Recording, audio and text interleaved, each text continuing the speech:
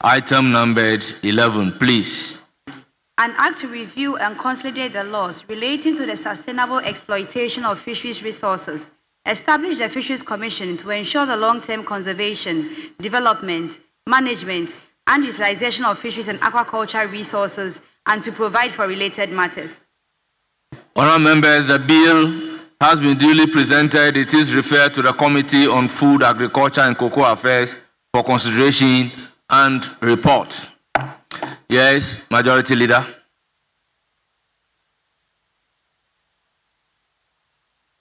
Mr. Speaker, we have questions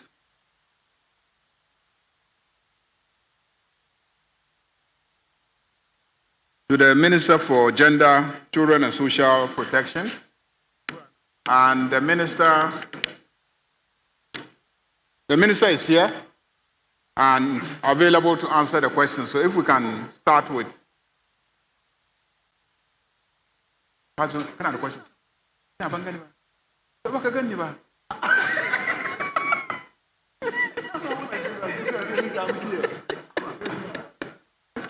Wallahi bangadwa.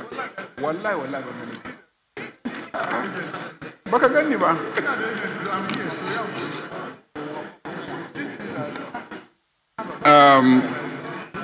Mr. Speaker, there is an application, and the Minister for Interior will answer his questions before the Minister for Gender and Social Protection. So, Mr. Speaker, if we could just vary and then allow the Minister for the Interior to answer his questions.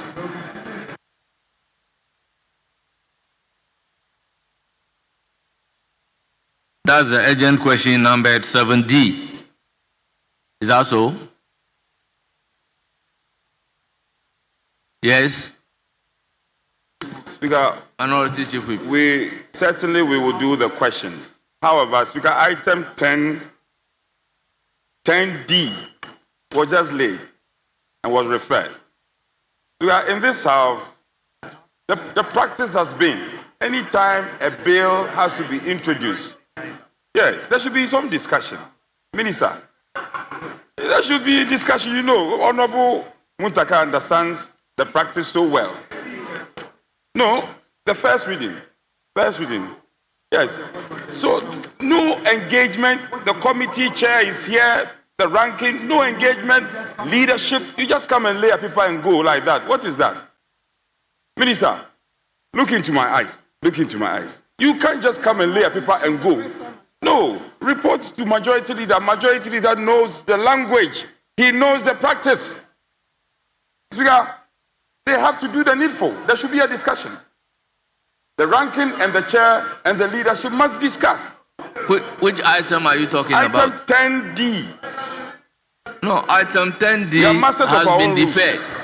You are masters of our rules. Honorable Minority Chief Whip. Item 10D has been deferred. Yes. Because the report is not ready. Speaker, no. Speaker, I'm referring to 10D. Yes.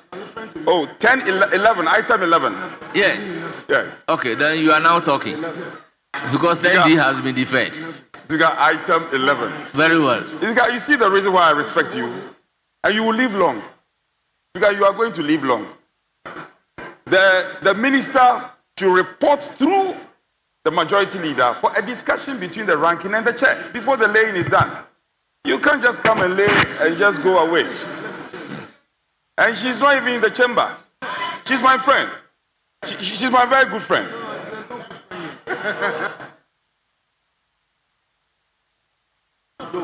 Honorable Majority Leader, it's good the Minority Whip is raising the issue.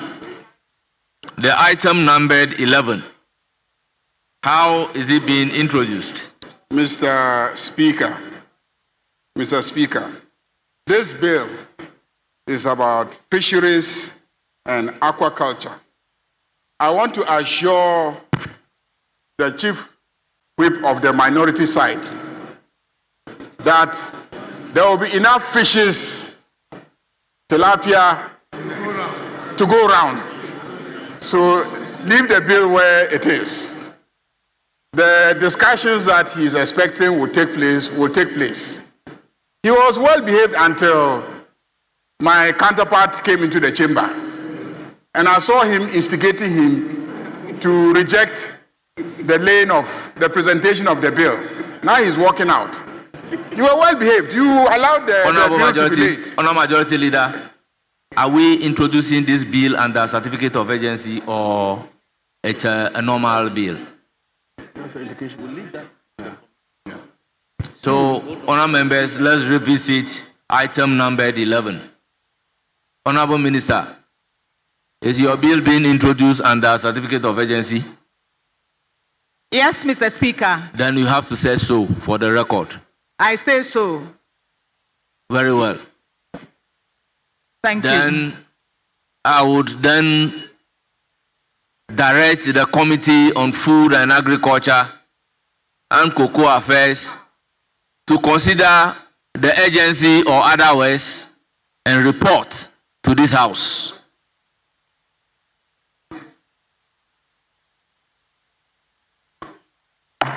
Speaker. Yes. Speaker. Yes. I do not wish to overly drag this matter. I am simply saying that it is important. Minority Chief Whip, you hold on. I will give consequential directions. So, Honourable Minister for Fisheries and Aquaculture, you are introducing this bill. I have referred it to the committee to consider the agency or otherwise. Please engage the committee as well as the leadership of the House to do the needful. Thank you very much. Thank you, Mr. Speaker. I am so directed.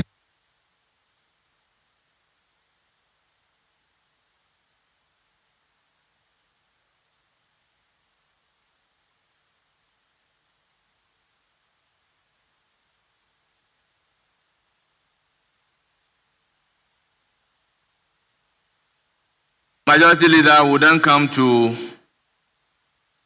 question time, starting with the urgent questions. 7D. Honourable members. Mr. Speaker. Yes. Since last week, we were expecting some very important policy statements from the Minister for Finance. He gave notice. Unfortunately, at the 11th hour, he was summoned to La Côte d'Ivoire to provide some services during the election of the president of the African Development Bank. So, Speaker, I crave your indulgence. The reason why I recommended that we should go to questions is because the minister was not in the chamber. He was here earlier on. We had to rush back to his office on some urgent matter. So I crave the indulgence of colleagues that we should allow the Minister for Finance to make some very important statements on some important financial matters that this House has been raising at Committee of the Whole meetings. And so the Minister is here. If we can vary the order of business so that we can ask the Minister to make the statement. Thank you, Mr. Speaker. Yes, Minority Leader, you've heard the application. Minority Leader, you've heard the application.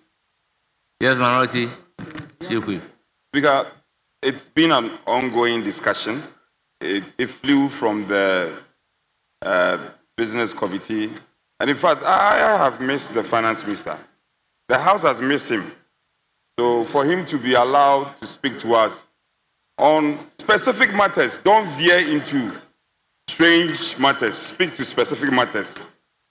Speaker, yes, and the contractors are waiting. Statutory payment, we are waiting on him. If the condition is that he must speak to these specific matters. But before then, this is the business statement that was approved on Friday. I see all the questions scheduled for Tuesday, finding expression in the order paper. The lands minister question is conspicuously missing. The lands minister, his question was scheduled for today. It's not there. It's not on the order paper. No reason has been given. And this is the business statement that was approved. You can't go midnight and change what was approved by the House. The majority leader should be kind enough to tell us why the land minister's question is not there. Galamsey is all over the place.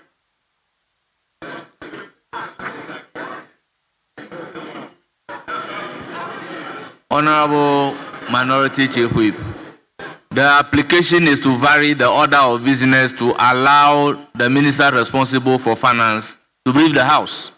That is the application under consideration. That's why I am asking your view.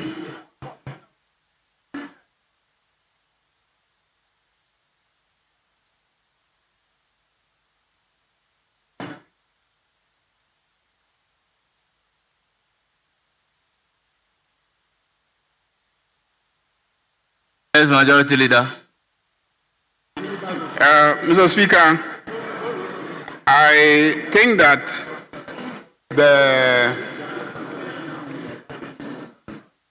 the business committee scheduled the lands minister to come and answer some questions, but he communicated to the House dated 2nd June 2025 that with reference to our correspondence numbered so dated 29th May, which was addressed to the minister on the above subject matter, which is parliamentary questions, the ministry wishes to inform you that the letter requesting for answers was received late on Friday, and hence the responses are not ready for submission to Parliament. We will therefore be glad if the ministry is provided with a new schedule for an honorable minister to attend upon the House. So this is a communication from the ministry that the letter came to them just on Friday, and you know that we are supposed to give them reasonable time to gather the responses for us. So they're asking for rescheduling. That's why you haven't seen that business slated for today on the order paper. This one. Mr. Speaker, this Minority Chief. This is not acceptable. And I want to respectfully tell the leader, it is not acceptable. I have authoritative information that letter was brought last night. And you brought the letter last night, and the leadership is not aware. The chief whip, the respected chief whip, when I spoke to him this morning, was unaware. He was not aware. You cannot write to the clerk and leave out leadership. So when we went to conclave, we were all not aware. Is the land minister running away from the question? There is Galamsey all over. Galamsey all over. Galamsey all over.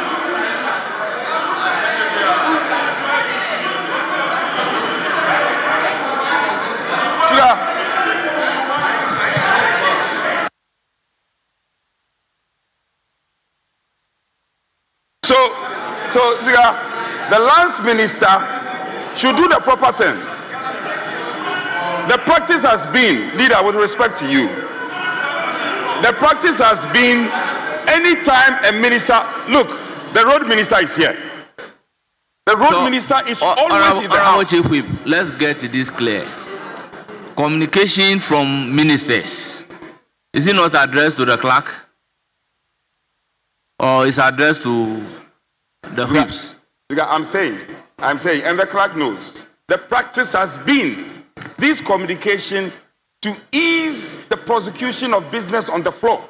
And that is the wisdom behind that. So anytime the communication comes, we are carried along. The whips are carried along. The leader and the leadership is carried along. Out of the blue, you can't bring this communication and say that we should accept it. In any case, he should have written some days ahead. Speaker, I implore you to direct that the land minister should come to the house immediately. Wherever he is, he should come to the house and answer the questions. Well, I'm unable to direct because of my little knowledge about the procedure. When the communication is to the clerk, it is the clerk then who have to give copies to the leaders. So having brought a letter to that effect, if I direct that he should come to the house now. We will make another consideration and stage another compromise for them. But the clerk cannot speak to the microphone. But I'm saying it on record that the letter came late. It came just last night. But we can decide to let go. But they should go and see no more. They should go and see no more. Next time, bring these correspondence early enough and keep the chief whip in the picture. The honorable chief whip, they don't inform him. They don't tell him anything. The chief whip, very hard-working chief whip. And the ministers will not respect him. Speaker, the ministers must respect the chief whip. Those standing, kindly resume your seat. Those standing, kindly resume your seats.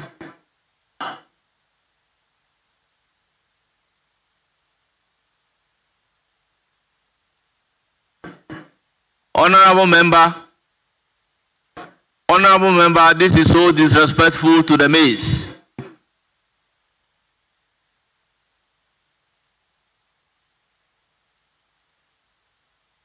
Yes, Honorable Deputy Minority Whip. Thank you, Mr. Speaker.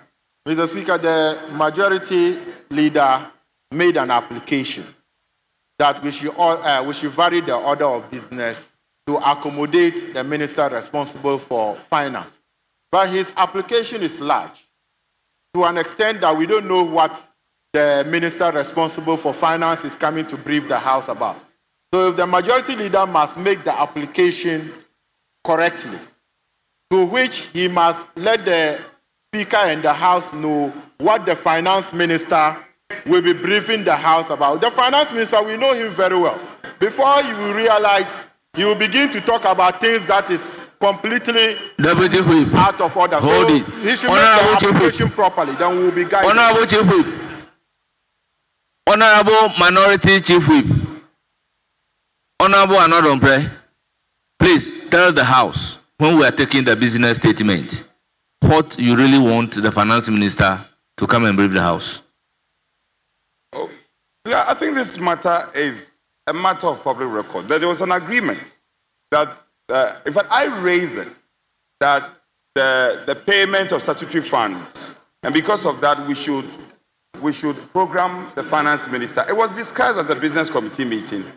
It was repeated here, and the leader had assured that he will ensure the finance minister comes. So, Speaker, I don't think there is any argument about that. Yes, but when this issue crop up at a meeting of the committee of the whole, how can we members of parliament create the impression that we don't know what the finance minister is here to brief us on? Mr. Speaker, when the majority leader is making an application to the speakership, that application must be very clear, irrespective of what happened on Friday. He has to make his application very clear that he is applying to your good self to vary the order of business so that the finance minister will be accommodated to brief the House on so and so for the purpose of Hansard, and that's a procedure. So it does not matter whether we are aware or not. He should make his application very well, or else the finance minister will come and speak about certain things that is completely out of order. He is noted for that. He's a former leader. His artificial dollar rate, he will begin to talk about it.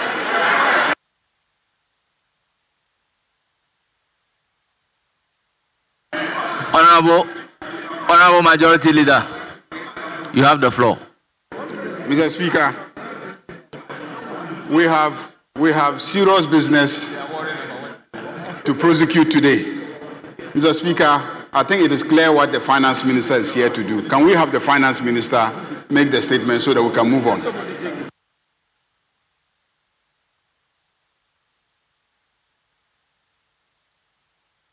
Yes, Honorable Osahini.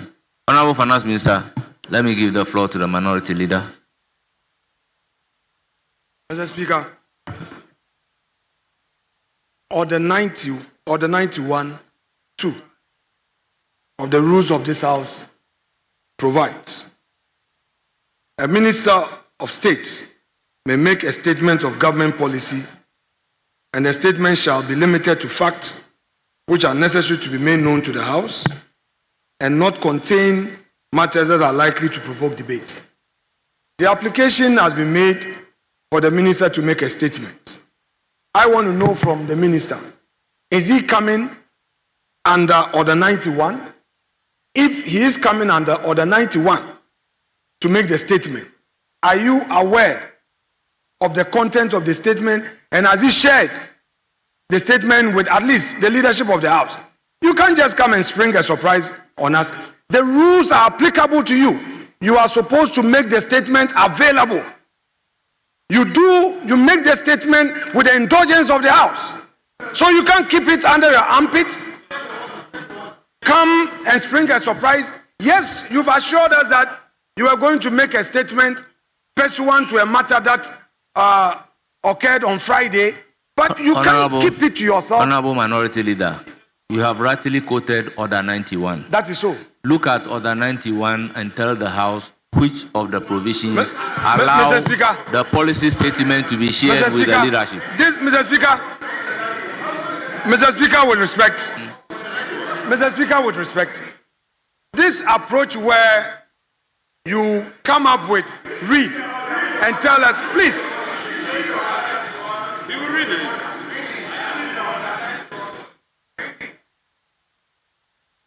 Mr. Speaker, you don't read laws and rules in isolation. You read them as a whole. You give a conjunctive interpretation. Okay, Honorable Minority Leader, let's look at Order 91, not in isolation, as a whole. And then we can put the meaning that ought to be ascribed to Order 91 to see where. Very well. So, Mr. Speaker, the policy statement will have to be shared with the leadership. Mr. Speaker, if you read Order 91 and 93 together, 93 provides by the indulgence of the House. Honorable Minority Leader. May I finish? Mr. Speaker, you've asked the question. Allow me to finish. Then you can make your ruling, please.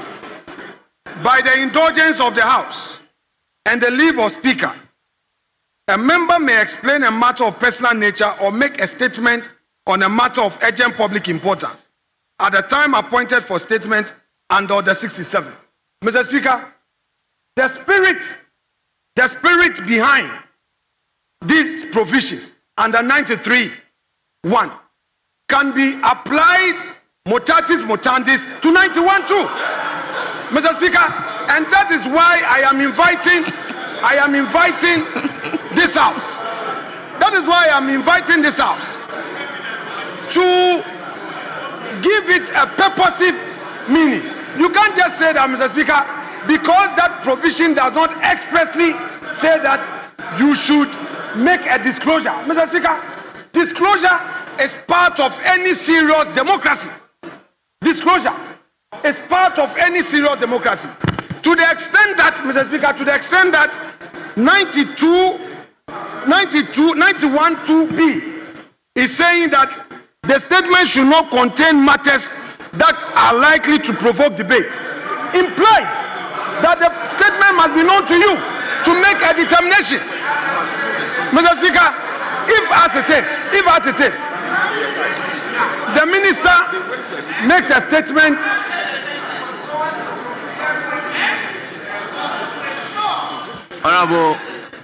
Honorable Minority Leader. Mr. Speaker, please. To the extent, Mr. Speaker, yes. My colleagues behind were making some noise. Mr. Speaker, please, order. My submission, Mr. Speaker, my submission is to the effect that to the extent that 91(2)(b) is putting across a caveat.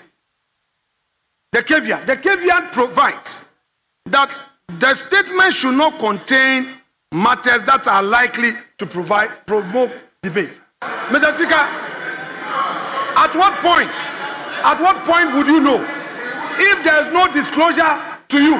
So the man mount the dispatch box and begins to breach this order, by which time the horses would have bolted. So I'm only asking that, Mr. Speaker, it will be appropriate for him to make that statement available to you and at least available to leadership, if not to the entire House, for us to peruse.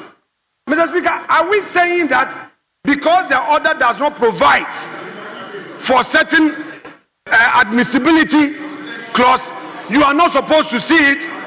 This provision is subject to admissibility by the Speaker. That is why 91(2)(b) says that it should not provoke the debate. Honorable Minority Leader. The statement is subject to the admissibility Honorable Minority discretion Leader. of the Speaker.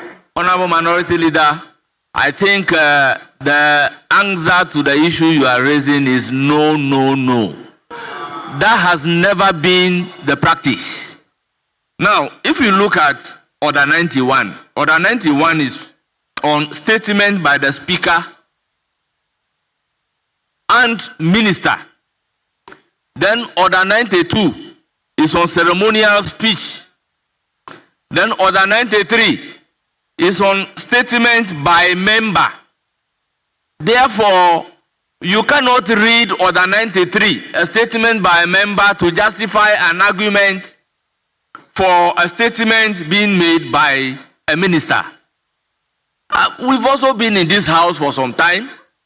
The practice is not that if a minister is coming to make a statement, the content of the statement must be shared.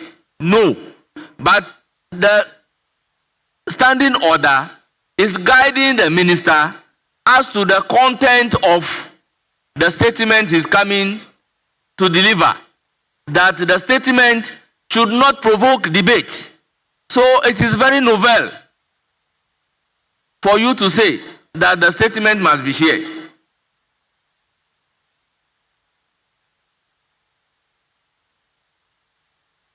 So, honorable members, we shall accordingly proceed. Honorable Finance Minister, you have the floor.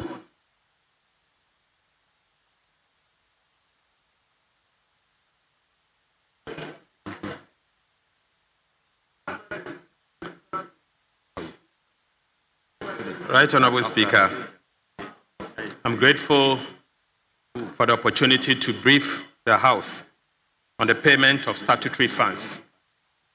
Mr. Speaker, as a member of this House, I'm fully aware of the considerable interest that honorable members attach to this important subject, which lies at the heart of the fiscal decentralization. First and foremost, I wish to express my sincere appreciation to colleagues for their continued cooperation. Right, Honorable Speaker, I'll begin today's brief with the District Assembly's Common Fund, the DACF. Mr. Speaker, our effort is driven by President Mahama's unwavering commitment to decentralization development, as articulated in Chapter 20 of the 1992 Constitution. It is well established that metropolitan, municipal, and district assemblies have gone through severe financial strain over the past 8 years due to the unfortunate re-centralization of district assemblies' common fund. Mr. Speaker, it is evident that decisions taken in recent years have regrettably undermined the capacity of MMDAs to respond effectively to the pressing needs of our people at the local level. Right, Honorable Speaker, in the past 8 years, a paltry 40% to 50% of transfers to the common fund were disbursed directly to the district assemblies, thereby denying MMDAs the ability to spur local economic development. Mr. Speaker, the government under President John Mahama is resolute in its determination to reverse this trend. We are committed to adequately resource MMDAs and ensure that effective and accountable utilization of these resources are maintained at all times. In line with our promise to revitalize the local economy, President Mohammed's administration has prioritized improving financial strength of the district assemblies. I wish to commend members of this House for endorsing, as part of the 2025 budget, government proposal to ensure that a minimum of 80% of allocated district assembly common fund resources are transferred directly to MMDAs. Mr. Speaker, without a doubt, this measure will empower assemblies to drive economic growth at the local level and deepen the process of decentralization. Right Honorable Speaker, through this policy initiative, government is guaranteeing that approximately 6.1 billion Ghana cedis of the 7.57 billion Ghana cedis earmarked for the year 2025 will be disbursed directly to local assemblies to spur local economic activities at the district level. Mr. Speaker, in view of that, every district assembly will receive a minimum of 25 million Ghana cedis this year. A minimum of 25 million Ghana cedis this year. Mr. Speaker, our resource extends beyond mere release of funds. We have taken decisive steps to ensure that these resources are utilized in line with government economic objectives. Mr. Speaker, as I say, a minimum of 25 million Ghana cedis will go to every district assembly, a minimum. Mr. Speaker, Section 126(3) of the Local Government Act 2016, Act 936, mandates government to determine the categories of expenditure within the approved development budget of district assemblies that must be funded through the District Assembly Common Fund. In compliance with this, the Cabinet of President Mahama has approved guidelines to ensure the prudent and accountable utilization of these funds. The guidelines as approved by Cabinet are as follows. Mr. Speaker, 25% of the amount transferred to the district assemblies is to be utilized for the design and construction of a model market in each district assembly. Mr. Speaker, 10% of the amount is earmarked for the construction of health facilities where a minimum of 2 CHIPS compounds are supposed to be constructed at rural assemblies. Mr. Speaker, again, 10% of the amount is earmarked for the construction of educational facilities, including 1 KG block, 1 primary school block, and 1 junior high school block.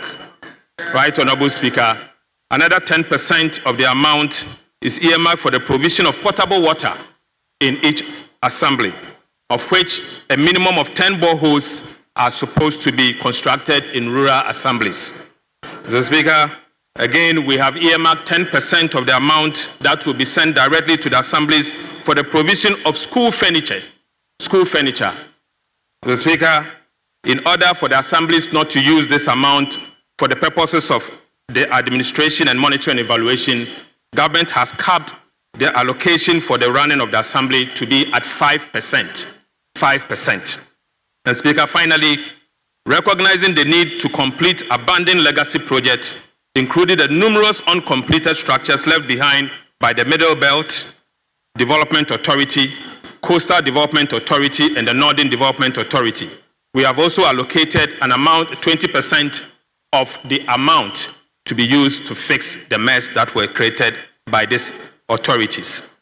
Right Honorable Speaker, we are steadfast in our resolve to ensure strict adherence to the utilization guidelines governing funds allocated to the assemblies. Mr. Speaker, as at yesterday, we have transferred the sum of 987 million. Mr. Speaker, as at yesterday, the district assemblies has received, and we have the district assembly common fund has received, and we have transferred the sum of 965,965,073 Ghana cedis from the consolidated fund to the district assembly's common fund, being the first quarter amount due the district assembly common fund for the year 2025. Mr. Speaker, the administrator of the District Assembly's Common Fund is required to ensure that 80% of this amount is transferred directly to the assemblies without fail, and expenditure returns submitted to the Ministry of Finance before subsequent releases will be made. So, Speaker, I repeat, the administrator of the District Assembly's Common Fund is required to ensure that 80% of this amount is transferred directly to the District Assemblies without fail, and expenditure returns submitted to the Ministry of Finance before any subsequent release will be made. Mr. Speaker, honorable members are also encouraged to monitor the utilization of this amount sent to their respective assemblies in line with the approved guidelines by the Cabinet of President John Dramani Mahama. Mr. Speaker, I'm pleased to report that under the leadership of President Mahama and the NDC, for the first time in several months, transfer to all statutory funds have been made promptly and in full. Mr. Speaker, we have not just made them, but also in full. Notably, all transfers due the National Health Insurance Fund for the period covering January, February, March have been paid in full. Mr. Speaker, a total amount of 2,033,469,607 Ghana cedis has been disbursed to the National Health Insurance Fund, and they have received the funds. These disbursements have enabled the National Health Insurance Scheme to settle arrears owed to healthcare providers and to implement the free primary health care and the Ghana Medical Care Trust Program, otherwise known as Mahama Cares. Mr. Speaker, similarly,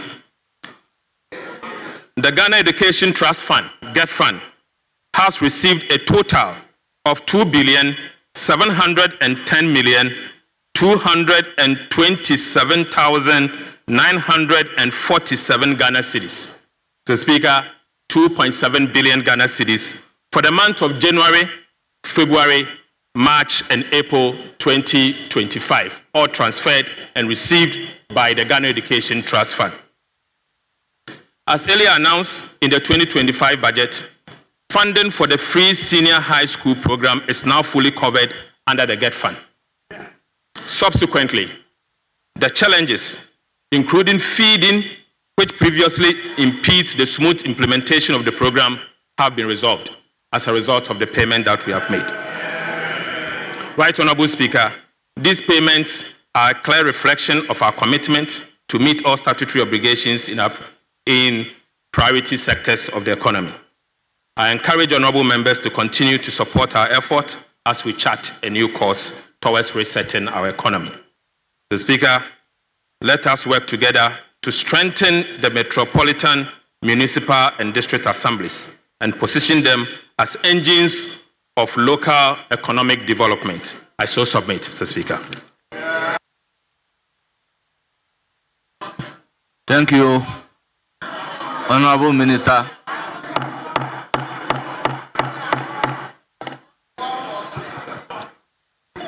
Honourable members, I will then open the floor to take comment subject to Order 91, 4, and 5. Honourable members, the comment must be within the ambit of Standing Order 91, 4, and 5. The floor is now open.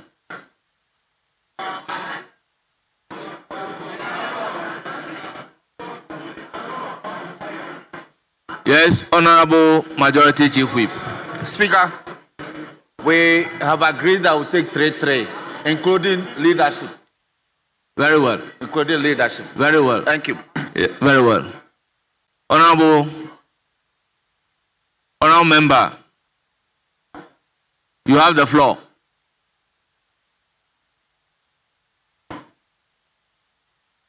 Yes, you have the floor. Yes, thank you, Mr. Speaker. Mr. Speaker, thank you for giving me the opportunity to make a few comments to the statement by the Minister of Finance. I I listened to the minister carefully. He tried to make very, very important and valid comment with regard to the releases of statutory fund. Mr. Speaker, we are in June. This is the second quarter of the year. And normally we would have expected that these releases will come within the expected period so that the assemblies will have funds to run the assembly. I hear my colleagues saying that it is not normal. It is not normal. So if he's releasing, well, you are the holder of the purse, you pass there. So if you think this is normal to you, it's up to you. But I'm saying that it is not normal. We need to encourage the government that such releases will come timely. The fact that it happened previously, that is the problem that I have in this country, Mr. Speaker. The fact that releases are delayed doesn't mean that it's a normal thing that we should continue. Mr. Speaker, so I want to encourage the finance minister. Sometimes when they say it has been released, it's just a mere letter that they write that it has been released. The controller, before you go, they will be giving you excuses. I have been in the helm of it, so I know how it operates. They will tell you it has been released. Mr. Finance Minister, I am from here. I will go to the Common Fund Administrator. Honourable members, I will begin to name and shame those who are standing. If actually the money is in the account. If it is in the account, I'm sure as a members of parliament, we will get to know about it. So next time, I'm just encouraging you that next time, Mr. Finance Minister, let it be released on time. Don't wait till the second quarter before you make such releases. Let it come. We need the money. The assemblies need the money. We need to continue some outstanding projects. So I want to encourage you. Make sure you let the money come on time. But Mr. Speaker, you know, I think it is something that is refreshing that finally the government has made releases of such an amount to the assembly. We as the members of parliament, our role is an oversight. We will make sure we monitor the utilization of this fund at our assemblies and make sure that the guideline that the government have set for the assemblies, they follow strictly and make sure that the people at the various constituency benefit from it. I thank you, Mr. Speaker. Thank you, Honourable Kennedy Nyako. Yes, Honourable Member, you have the floor. Thank you very much, Right Honourable Speaker, for the opportunity to contribute to the statement made by the Finance Minister this afternoon. Mr. Speaker. Honourable Kennedy Nyako, we just listened to you, so please resume your seat and listen to others. We've just listened to you. Resume your seat and listen to others.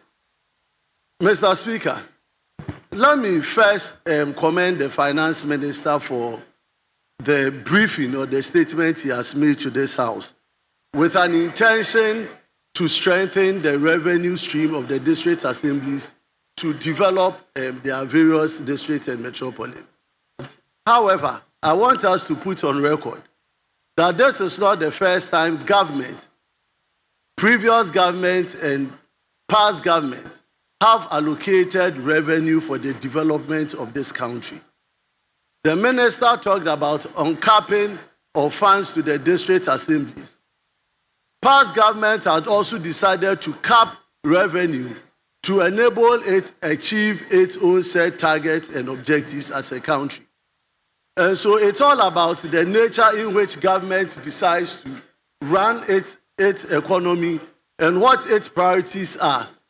we cannot say, as the minister indicated, he said that the revenue available to the district assemblies are going to support the health infrastructure of district assemblies, support education, as well as water and so on and so forth.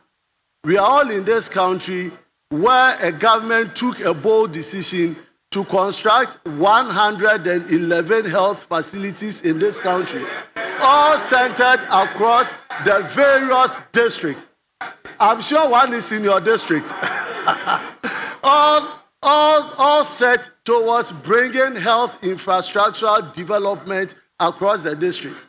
The money that is made available today, 10% to health facilities, the minister is talking about creating at least 2 CHIPS compound. 2 CHIPS compound cannot be compared to the building of a fully fledged district hospital as we saw brought up in this government, in the past government. I was expecting the minister to tell this house as well how much money he's making available to complete the health facilities that are in various stages of completion. Mr. Speaker. Honorable member. Mr. Honorable Speaker. member, is Yes. the statement not on statutory funds? I agree, but I'm making a point based on the statement. It's all about the statutory payments and what is being used for. Mr. Speaker, I'm also here to declare that this funding, as the minister said, is supposed to be run by the assemblies, which we, members of parliament, are also part of. And we also are supposed to play oversight responsibilities in terms of the utilization of these funds. I want the Honorable Minister of Finance to send similar indication to the MCEs and the DCEs that this money is for the development of the assemblies, with the members of parliament having oversight responsibility against those funding. Because many a times it is made to believe as if the funding that is going to the assemblies is for political expediency. But as the minister has indicated, it is for the well-being of our people and our communities. And we owe it as a house to make sure that we hold government, the MMDCs, accountable for the utilization of it. The minister should also be mindful about the procurement processes when it comes to this utilization of funds, so that there will not be abuses and breaches in the Procurement Act. With these few words, Mr. Speaker, let me commend the minister once again, and I challenge him to make sure that in going forward, more of such releases will go to the assemblies for the development of this country. Thank you very much, Right Honourable Speaker. Thank you, Honourable Member. Yes, Honourable Minister responsible for local government, chieftaincy and religious affairs. The Speaker has called me. Mr. Speaker, for the record, this time, my voice has not been heard in this house. And the Minister for Finance has released the money. Mr. Speaker, this is history. Previously, Mr. Speaker, I will stand here and rant, no show. But this time, for the first time, an amount of close to 1 billion has been released to the administrator for this Assembly Common Fund. Mr. Speaker, we suffered though. Myself and my good brother, Honorable Frank Anudompre, we will be at conclave, struggling with Finance Minister to release just 200. He will say, I'll give you 300. We say 400. We say, no, I can't give 400. He said 250. Mr. Speaker, I believe Honorable Minister for Finance, myself and my good brother, Honorable Minority Chief Whip, we commend you for the good show.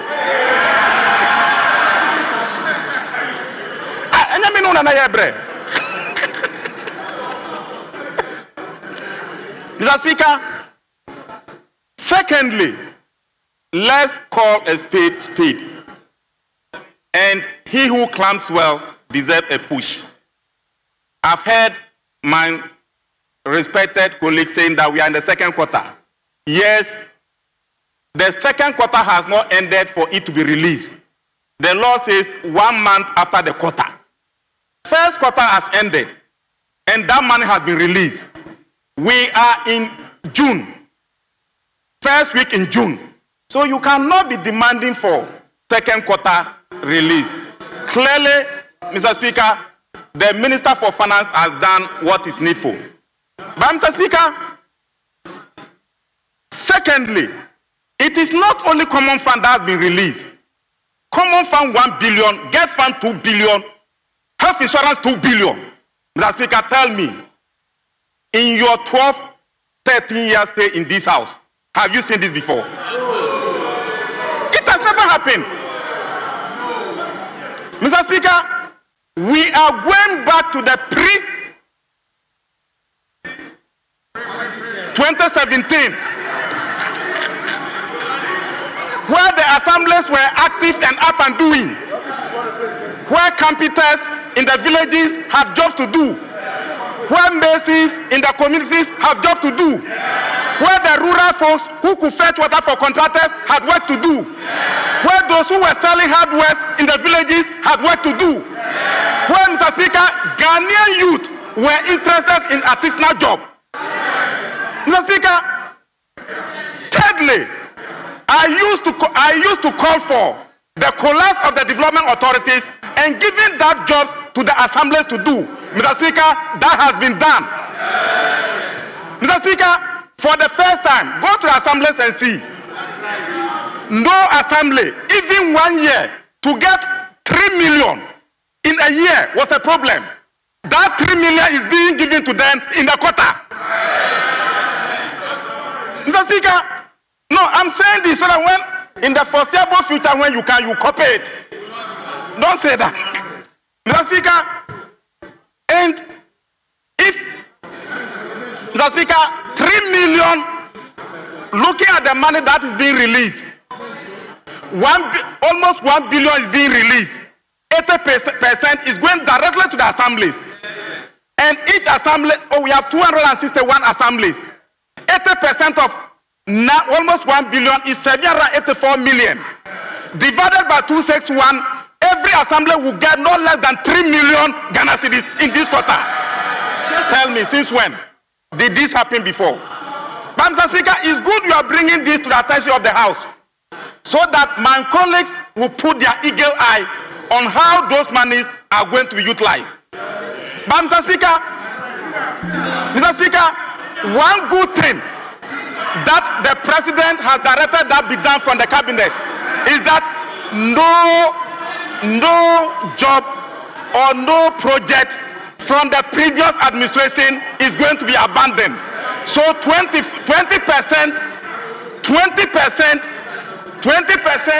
of the 1 billion Ghana cedis will be used to pay the projects that were started by our predecessors. Honorable Minister for Local Government. Honorable Minister, continue to make your statement, but make sure you operate within the ambit of Standing Order 91, 4 and 5. Mr. Speaker, I rise under Order 91.3. And Mr. Speaker, Order 91.3 is clear that a member may comment on a statement, and the statement shall not provoke debate. My good friend, the minister responsible for local government, his comments are all provoking debate to an extent that he's inviting the minority chief whip that they are all commending the minister responsible for finance. So, Mr. Speaker, call him to order that his comments are violating Order 91.3, and for that matter, he must stay on course. Yes, Honorable Minister for Local Government, operate within the meaning of 91.3. Mr. Speaker, I have. You should not provoke debate. Yes, Mr. Speaker, Honorable Habib is my brother. And Mr. Speaker, you remember he said when Atu comes, he will speak on something differently. But I could see that he's enjoying. But Mr. Speaker, clearly, these are being done for oversight purposes. And this is to make the House aware that such and such amount is being released, so that in the subsequent days, the committee responsible for chieftaincy, the committee responsible for sanitation, and the committee responsible for local governance, when going on their oversight responsibilities, they will know that these are the guidelines and this is the amount of money that was released to them. But Mr. Speaker, for your information, this is not the only money that is going to the assemblies.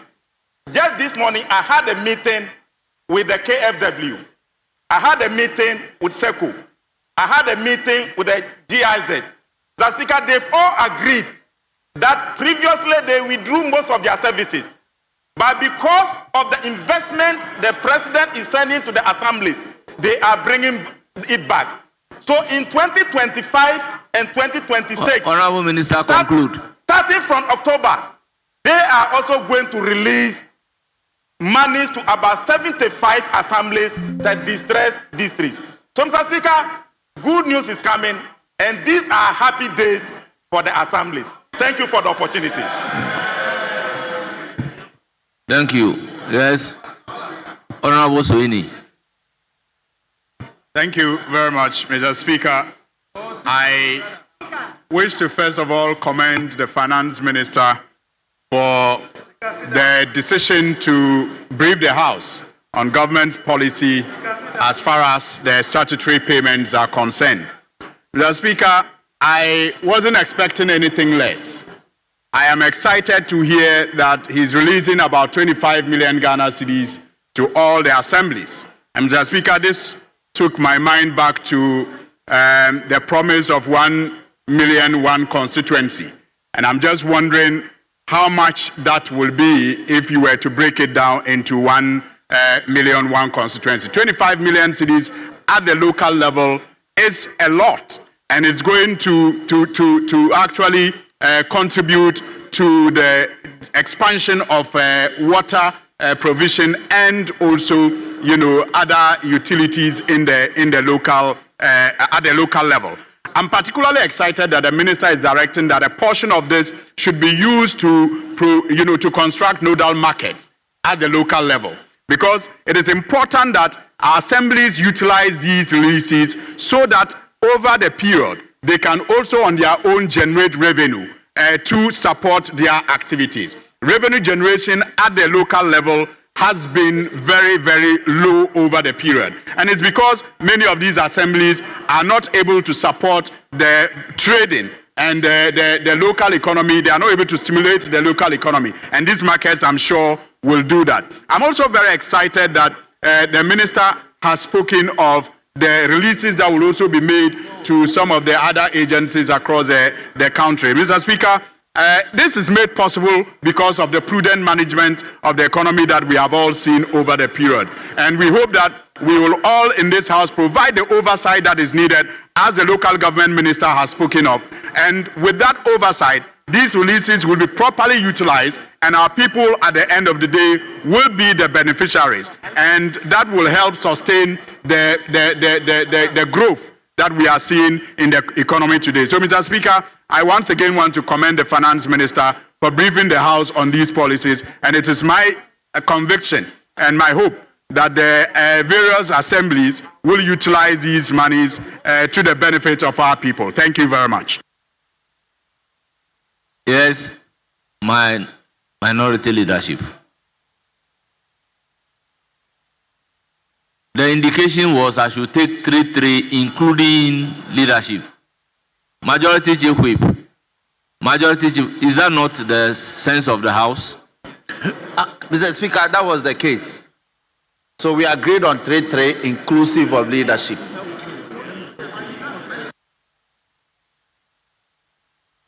Yes. Speaker, thank you for the... Speaker, it appears that the statement has generated more interest. So leadership is praying you to vary the earlier submission to add one more, so make it 4. Having regard to the toll business of the day? Yes. Well, I'm at your mercy. Yes, Mr. Speaker, I believe that an additional one won't hurt the House. So 4-4 inclusive of leadership. Very well. Then, Honorable Wanyimedu Entry, you have the floor. Thank you, Mr. Speaker. Mr. Speaker, I also commend the Minister for being very brief and very clear on the statement. But I saw that the Minister himself was in breach of Order 91.3 when he makes a statement like he's providing money for the special initiative. And the language he used was that to solve the mess that was created. I think as a minister he could have used a better word to say that a mess that was created. Government is continuous. And if you are here now as the Minister of Finance to direct us, you should use a better language, Mr. Speaker. And I am not surprised that the Minister for Local Government did not wait to hear us, but jumped in and was also in breach of that order. What I would have loved to hear from the Minister, in as much as we appreciate whatever that had been proposed that is going to the Assembly, it is good. But, Mr. Speaker, it is quite recent that the government provided huge amounts of money in purchasing machines for the DRIP, that is the road infrastructure. I was expecting that, given the details, he would direct at least some monies to be given or to be allocated for fuel, in order that if you go to the assemblies now, most of these drip machines are packed. I was told when I asked that they wanted to do an inspection and take stock, and I was wondering what kind of stuff they were going to take when we know that we have about 6 or 7 or 8 machines in a district assembly. Since government is continuous, if the minister had not thought of that, I would pray. And I think the Minister for Roads is here. And I pray that the Honorable Minister for Roads will liaise with the Minister of Finance so that we can have a direction so far as our roads, the road infrastructure is concerned. Thank you, Mr. Speaker. Thank you. Yes, Honorable Walanyo Cheku. Thank you, Mr. Speaker. Let me first commend our Honorable Finance Minister for making the House very happy this afternoon. I know this is a news that for years, for 8 years, we have not heard in this Parliament, because for 8 years, Mr. Speaker, I have not seen a single chip compound in my constituency, Hohwe constituency. But today, I can boldly walk to my constituency, Hohwe, and tell them I will provide them with chip compound. I can look straight into the eyes of my Zongo colleagues in Hohwe that the market that we promised them, together with the assembly, we will build that market for them. This shows clearly that Ato is forcing. Ato has brought the economy back on track. And I will also thank him for empowering the MPs to play oversight responsibility over the chunk of money that has been sent there. And we promise him that we will do so to see to it that the reset agenda is well achieved. Thank you, Mr. Speaker. Ato is forcing. Yes, Minority Chief Whip. Speaker, it's unfortunate the finance minister, after making his statement, has decided unceremoniously to leave the chamber. Instead of him sitting and listening to us, our views, he just left the chamber.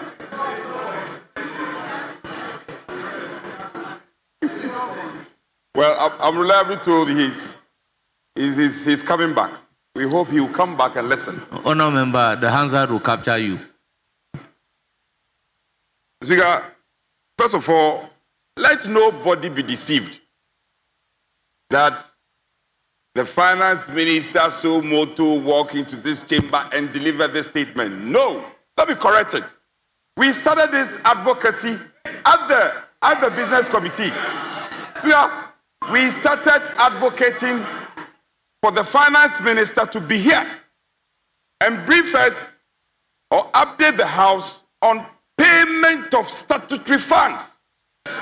Then on Friday, last week Friday, when the majority leader presented the business statement, I got up, the Hansard will bear me out, and raised the matter again. And that is what compelled him to be here. So you should be commending the minority. All of you were quiet, you couldn't even complain.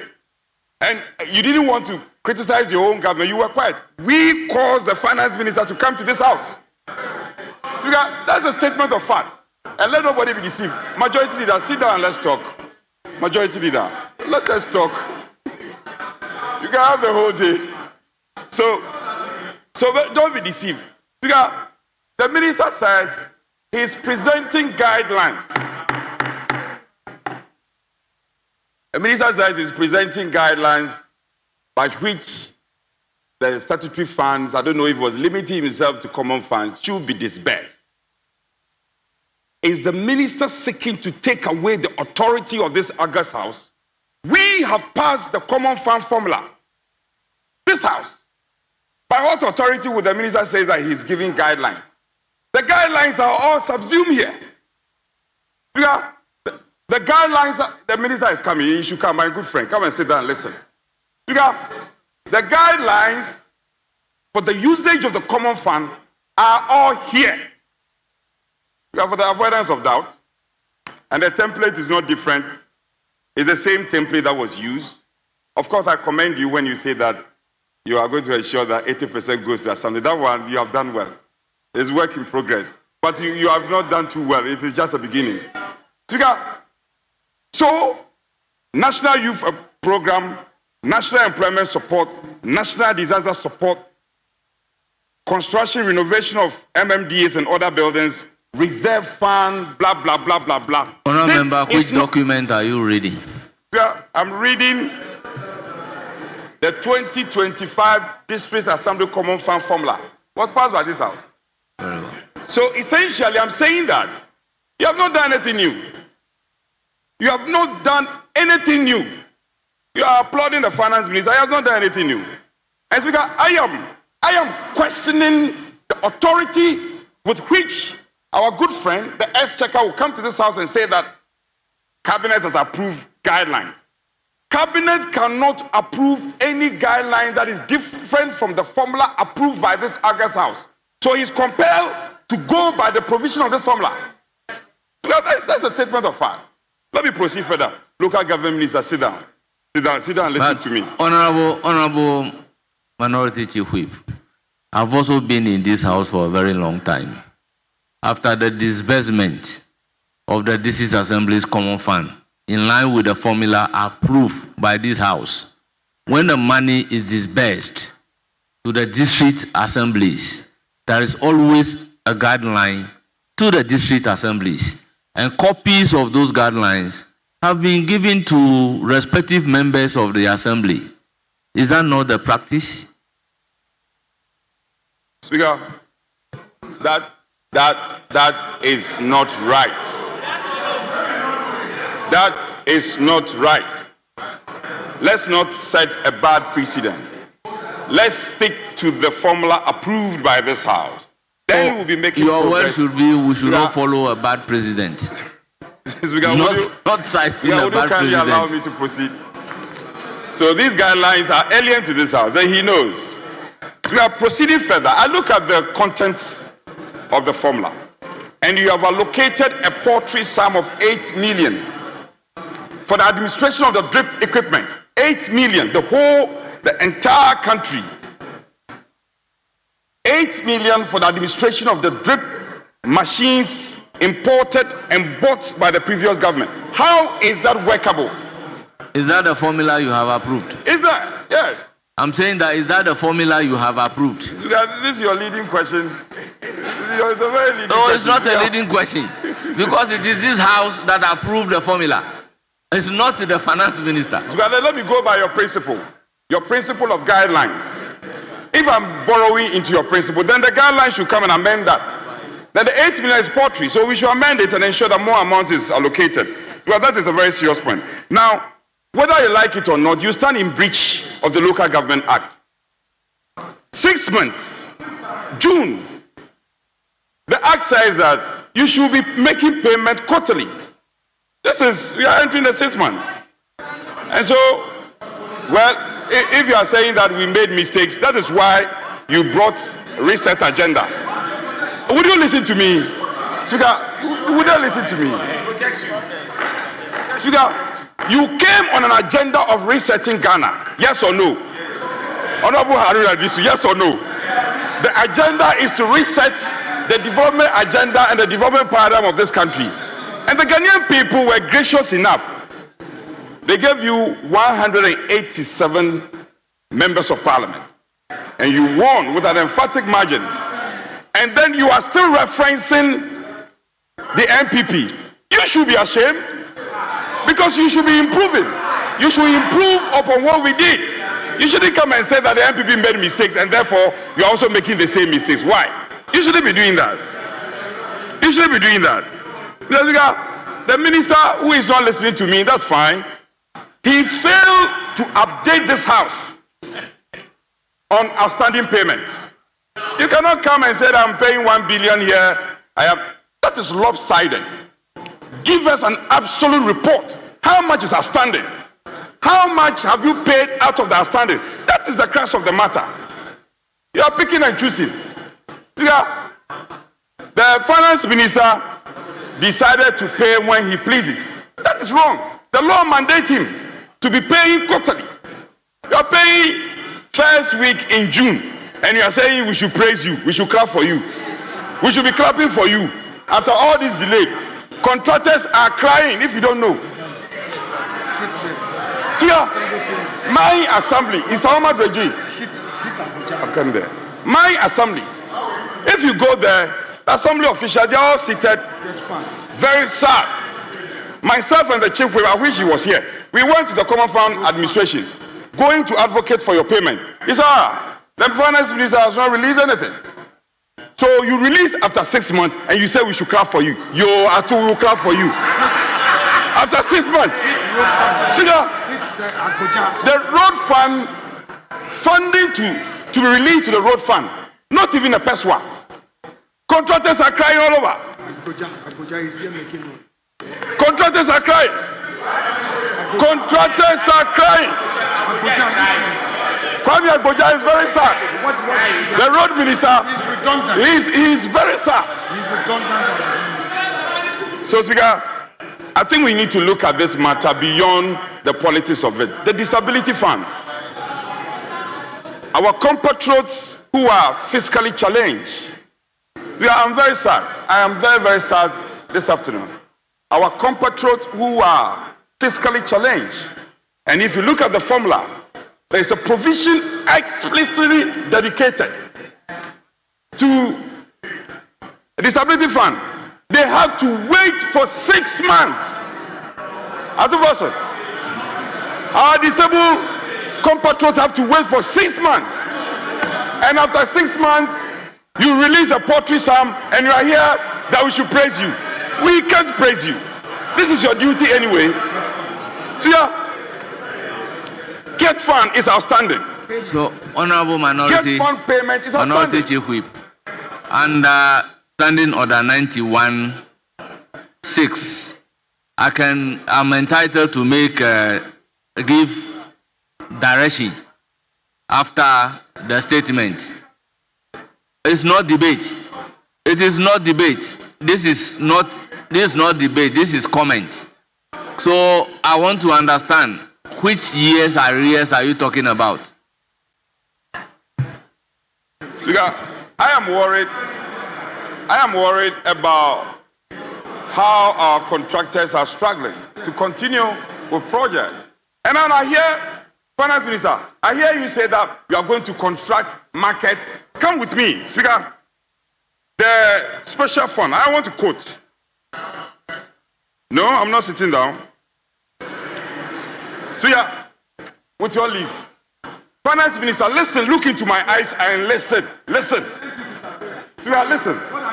Special project. Already you have said that market will be built.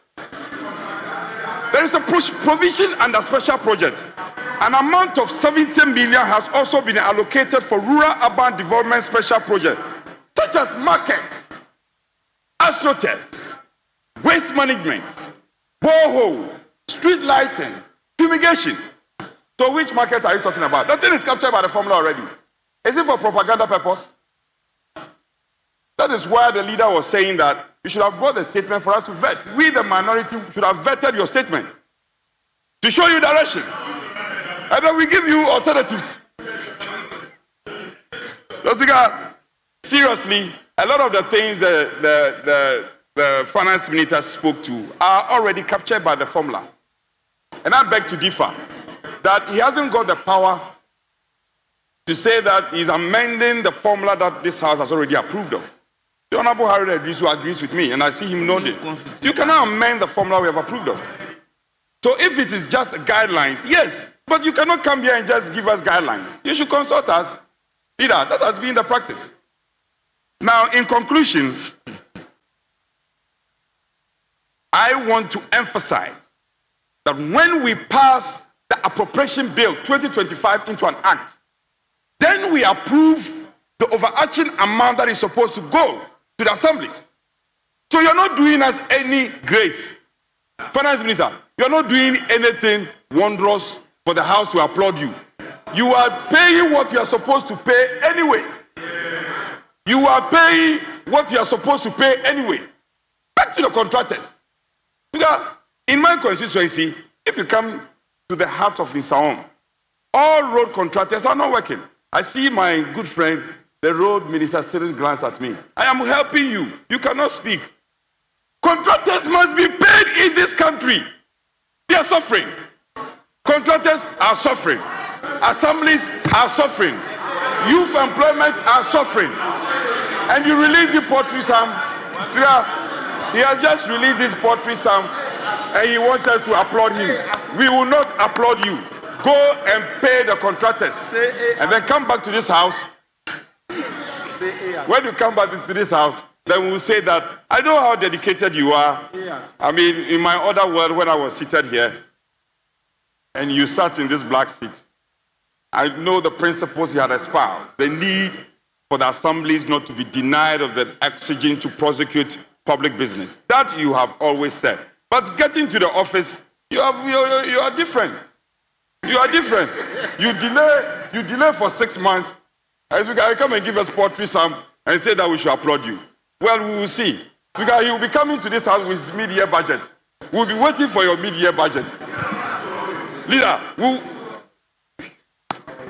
on that note, even though I'm not happy, what can I do? What can I do? But mid-year budget, make sure you take care of all these deficiencies, especially the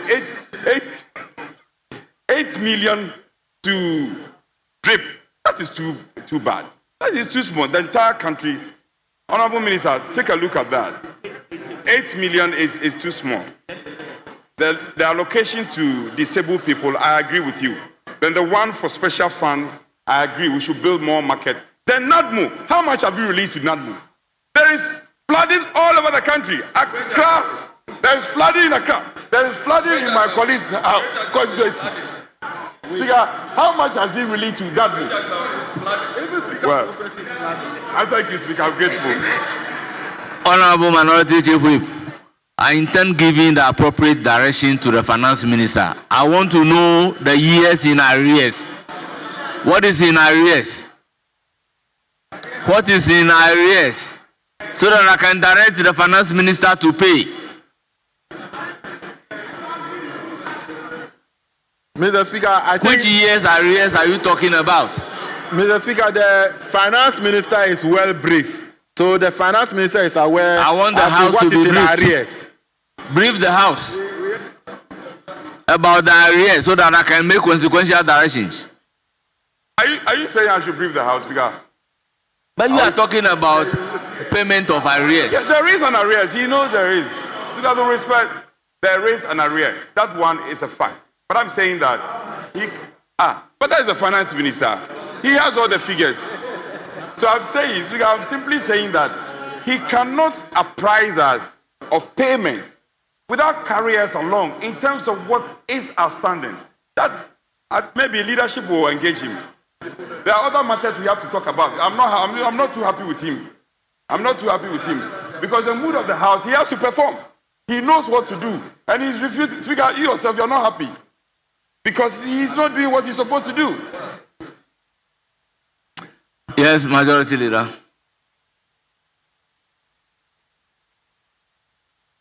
Thank you very much, Mr. Speaker. Mr. Speaker, let me join colleagues to commend the Minister of Finance, Dr. Kessel Atuforsen, for the statement that he has made. Mr. Speaker,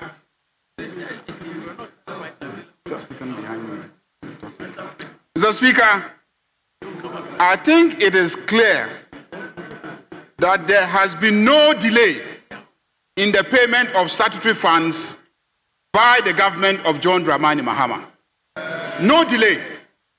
Mr. Speaker, the records at National Health Insurance Authority are clear that on a monthly basis, payments have been made to service providers, payments have been made and transferred to hospitals, and we don't owe.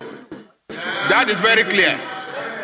Mr. Speaker, it is also very clear that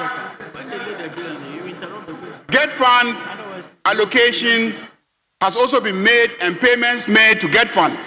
Indeed, I am informed by some contractors that they have been paid. Mr. Speaker, the annual ritual of senior high schools not reopening because they don't have food has not occurred again. And schools are happily being run. Schools are happily being run. It is obvious that we are doing well in the education sector as well. Mr. Speaker, if there has been a delay in the transfer of the funds to the Common Fund Administrator, it is for very good reason. Mr. Speaker, the assemblies did not exist until very recently. After the election, many of the assemblies too dissolved. Because if you read the law says that the assembly is made of the district chief executive and the elected assembly members and the government appointees. The government appointees had been withdrawn. The DCE ceased to exist. They were no longer in office. So there was no assembly to transfer the money to. There was no assembly. Because by law, the assembly did not exist. There was no assembly. That is what the law says. Mr. Speaker, it is only recently, a couple of weeks ago, that most assemblies were able to elect their chief executives. When they elected their chief executives, then the assemblies were properly constituted to now be assemblies. And the Honorable Minister for Local Government went around the country to inaugurate the assemblies. That is why the monies were not transferred to the assemblies, because the assemblies did not exist. They had not yet been inaugurated by the local government minister. So there has never been any delay. Mr. Speaker, Honorable Majority Leader, Minority Leader is on his feet. Mr. Speaker, I want to draw the attention of the leader of this House to the rules of this House regarding this particular subject matter. The minister made a statement and even the rules provide that the minister in his statement should not provoke debate. What the majority leader is doing now is to veer off from the content of the statement and to start his own argument outside of it. Mr. Speaker, there's no problem if there's a need for us to debate on an important subject matter which borders on national development. The Minister of Finance was in this house presenting the budget statement. The President had earlier told us that the famous 24-hour economy policy would find space in the budget. That was not in the budget. The minister is not concerned about how to create employment. Contractors are not being paid, people are being sacked. You are on a point of order. 24-hour economy? Honourable Minority Leader, the you are on a majority point leader on of its order. feet. What is your point of order? Mr. Speaker, I'm coming there. I'm laying a foundation.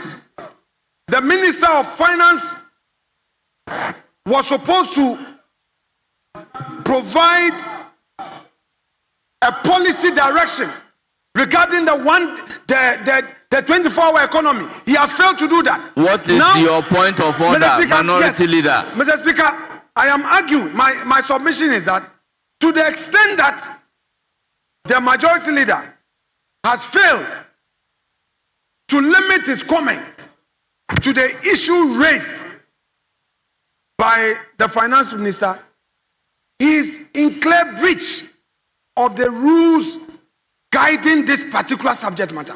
Mr. Speaker, why is he not concerned about the failure of the finance minister to pay contractors and to address the issue of 24-hour economy to create employment?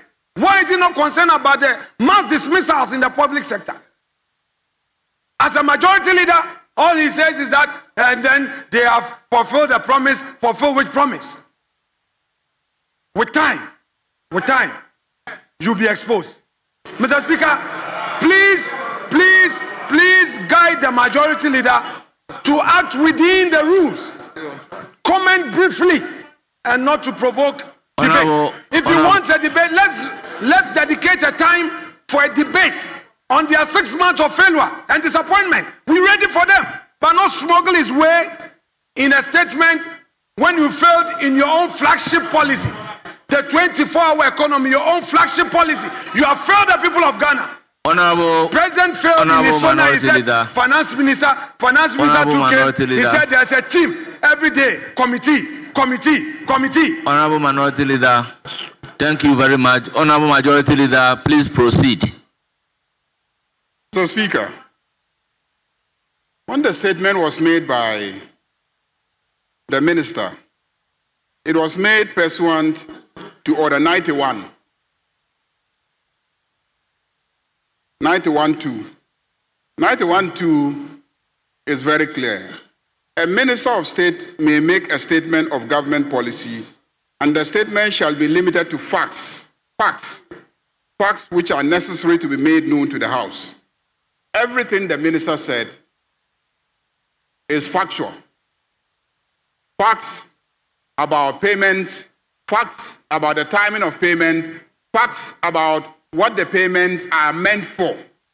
They were all facts. Mr. Speaker, when you gave opportunity to honorable members to comment pursuant to Order 91.3, which says that a member may comment on the statement and the comment shall not provoke debate.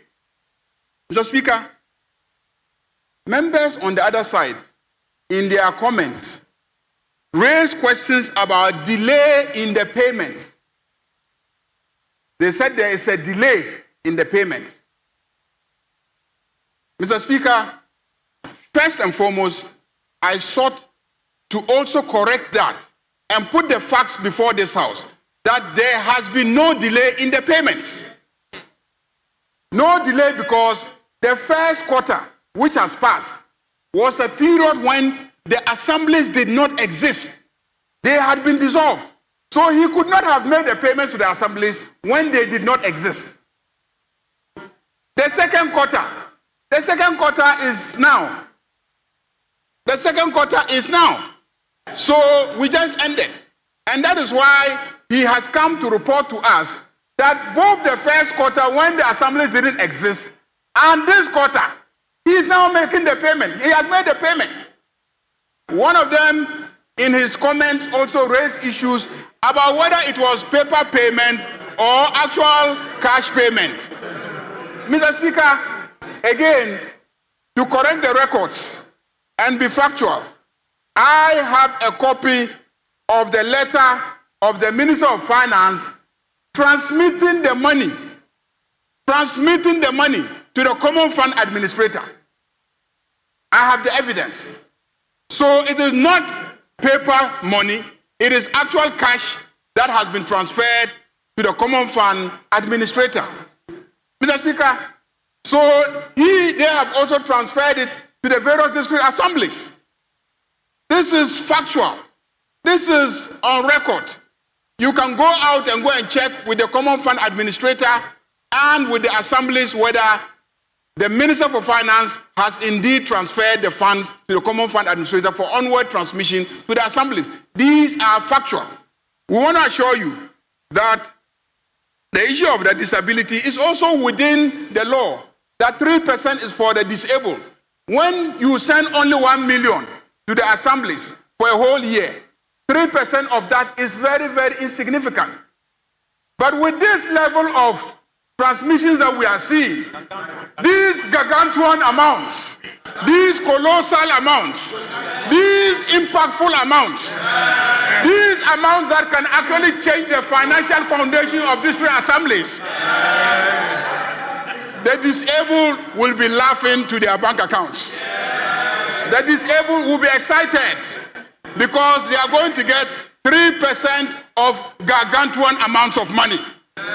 So the 3% is guaranteed in the law, and when it gets to the assemblies, the disabled, the physically challenged will get their share. Honorable Majority Leader, what is gargantuan amount? When it is big, when it is big, when it is colossal, when some people used to transfer just 1 million, and then others come and they are transferring 20 million. That is gargantuan. This is what has happened, and especially when they are transferring it on time. Mr. Speaker, this whole discussion is about the promise of President John Dramani Mahama to revive our districts. How do you revive districts? By injecting funds into those districts, by making sure they are resourced. President John Dramani Mahama promised to reset this country. You reset the country by resetting the district assemblies. How do you reset the district assemblies? By making sure they get the right amount of financial resources. This country has been discussing fiscal decentralization only in rhetorics. The funds never get to the assemblies. President John Dramani Mahama stood in this house and promised us that 80% of the funds, he will make sure they hit the accounts of the various assemblies. And the Minister for Finance has come to report to us that like what he is now known for, a man who keeps his promise, John Dramani Mahama is keeping the promise. The funds are hitting the assemblies. Mr. Speaker, they are hitting the assemblies, and the assemblies now have the resources to revive our economies. Mr. Speaker, this House has an opportunity to discuss fiscal decentralization today. Assemblies are supposed to be run on resources generated by the assemblies. The law makes provision for assemblies to take basic rates and use the basic rates to run the assemblies. The law makes provision for assemblies to collect property rates and use the property rates to run the assemblies. The law makes provision for development levies, for betterment levies. But most of our assemblies do not meet their obligations to go around and mobilize these resources for the running of the assemblies. and they continue to depend on the common fund. This government will make sure that they get the common fund, but we want to urge the assemblies not to forget that what they are supposed to run the assemblies on is the basic rates, it is the development levies, it is the property rates, it is the betterment rates. These fundamentally are the resources with which we should be running assemblies, and not wait for only the common fund resources to run the assemblies. Mr. Speaker, if you look at paragraph 8 of the statements, paragraph 8 of the statements deals with the past record where only 40% to 50% actually got transferred to the assemblies. And that is what I have just discussed, the commitment of this government to make sure that 80% gets to the assemblies. Mr. Speaker, if you look at paragraph 14 and you see the amount, 6.1 billion going to the assemblies, very, very significant. But Mr. Speaker, what excites me is the guidelines. And I've heard colleagues raise issues about the competence of the minister to issue guidelines. The law is very clear. The Local Governance Act, it says that the minister shall, in consultation with the minister responsible for finance, determine the category of expenditure of the approved development budget of district assemblies that must in each year be made out of amount received by the district assemblies from the district assemblies common fund. The law is very clear. You see, to educate you on this matter, Minority Leader, the law says that the minister shall, in consultation with the minister responsible for finance, determine the category of expenditure. You see, the assembly has its expenditure. They also have their sources of revenue, basic rates, development levy, property rates, betterment rates.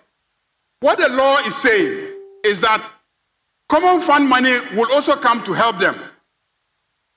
The money that is coming as common fund money, the Minister for Finance and the Minister for Local Government can actually determine which projects should be used, which projects should use that money for. Whilst they can also decide what to use the other sources of revenue Leader, what for. is your concern? Majority Leader. Mr. Speaker, the leader of the House is misleading this House. Mr. Speaker, he submits that the President has met all his promises to the nation. It is not true and it is not factual. Mr. Speaker, this government promised the women banking policy. Only 50 million. Only 50 million. Only 50 million. Mr. Speaker, Mr. Speaker, Mr. Speaker, 2. They made a huge commitment to agriculture. If you look at the budget, they allocated 1.5 billion cedis. Of the 1.5 billion, 900 million plus goes into compensation. Nothing for agriculture. Mr. Speaker, he pretended he didn't hear me on the 24-hour economy. In his SONA, in the State of the Nation address, the President promised this House that when the Finance Minister comes, he would introduce the 24-hour economy in a policy. Mr. Speaker, government financial policy outlines its budget for the year. The Finance Minister didn't say anything. The Finance Minister ran away from their own flagship initiative. The issue of taxes. You said you were going to take away the taxes at the port. Apart from the e-levy, what have you done? Mr. Speaker, for you to now rise on your feet to mislead Ghanaians that you've met all your promises. Where is the women banking? I'll give you the floor. You say you weren't going to revoke. Where is the 50 million? You promised when you were swearing in your deputy ministers. You said there will be some deputy ministers coming the following week. That was 3 months ago. Walk the talk. Walk the talk. Walk the talk. What is happening? Where is the 24-hour economy? The youth. Thank you very the much, mass, the Honorable youth. Minority Leader. You promise jobs. Honorable Minority Leader, thank you very much. Mr. Speaker, I'm concluding. Yes. You promise the Ghanaian youth 1 job, 3 shifts. You promise Ghanaians 1 job, 3 shifts. Today, no job for the youth. You come here, the finance minister, instead of paying contractors who have taken loans, businessmen who have taken loans, the road contractors, you won't pay them. You come here, you say we should commend you. You won't pay contractors. You are waiting to pay them after mid-year. And then you say the dollar, the CD is stable. We are interested in fluidity in the economy. Finance minister, are you paying them? Businesses are not importing. Spare parts are not available because they don't have the means. Minority Leader, is that your conclusion? What business? Are you promoting business? You are not promoting Honorable business. Minority And Leader. then you come and tell us that you are doing Honorable Minority Leader. Mr. Speaker, arrest my case. Rule him out of order. He's misleading the House. The leader of the House Yes, is misleading the House. Majority Leader, you have the You floor. are misleading the House. Majority Leader, you have the floor. Mr. Speaker, the Minority Leader should stop doing what he's doing. Between us, at our level, when you rise up to raise a point of order, let it be a point of order. Let it not be on a frolic of your own, running all over the place. Please, this is not a point of order. At our level, you don't do that. Mr. Speaker,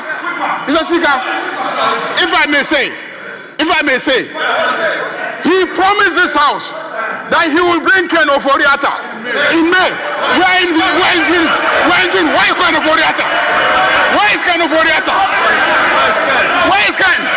Where is Ken? Where is Ken? You promised us that you will bring Ken to this House. He came to this House and made a promise. You promised this House that you will produce Ken. You will produce Ken Oforiatta in May. We are in June. This is the 3rd of June. Why is Ken Oforiatta? Mr. Speaker, he should no longer be heard in this House. Because when he makes promises, he doesn't fulfill them. He comes here and makes promises and never fulfills them. And yet he is questioning other people's promises. When you made a promise, did you fulfill it? Honourable members, honestly speaking, Mr. Speaker, I try as much as possible to accommodate leadership. But it is getting to a point that I am being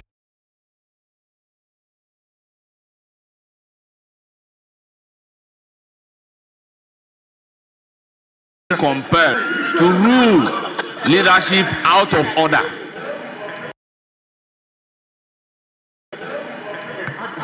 So please, let's stick to the rules. yes.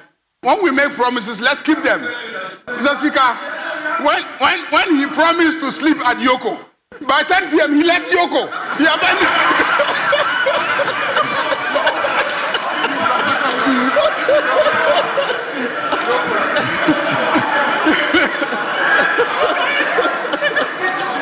You still.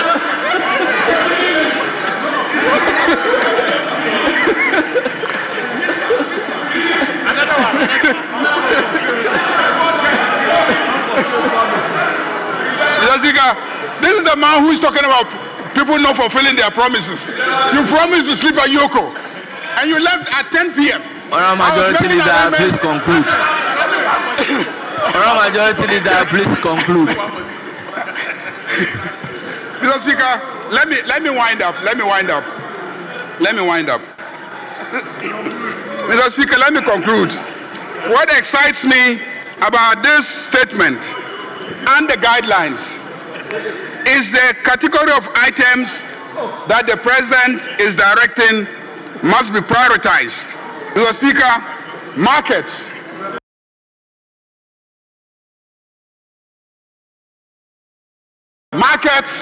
Markets are for our women, our mothers. Health facilities, mostly it is our mothers who send children to health facilities, who are the greatest beneficiaries. Educational facilities, it is our mothers who send our children and the babies to educational facilities. So once again, women, potable water. It is our women and girls who have to travel long distances to fetch water. Sanitation and school furniture. Mr. Speaker, these are items that particularly touch our women. That is why I want to declare that President John Dramani Mahama is a pro-women president. A pro-women president. Because he is prioritizing expenditure in areas that particularly border on the welfare of our mothers, of our women, of their children, and the drudgery, the labor, the suffering of our women will be reduced by the expenditures that the assemblies are going to be making. Lastly, Mr. Speaker, when you talk about liquidity in the system, liquidity is when the finance minister releases funds. In this statement alone, the finance minister has indicated that he has released funds to the Common Fund Administrator. He has released funds to the National Health Insurance Authority. These funds to the GET Fund. These funds are being injected into the system. So that propaganda that we are not spending is not true. We are spending through the National Health Insurance. We are spending through the Common Fund Administrator. We are spending through the GET Fund. So we are spending. It is not true that we are not spending. And that it is because we are not spending that the dollar is reducing and the cedi is appreciating. Mr. Speaker, we are clearly spending in the health sector. We are spending in the educational sector. We are spending at the local government levels.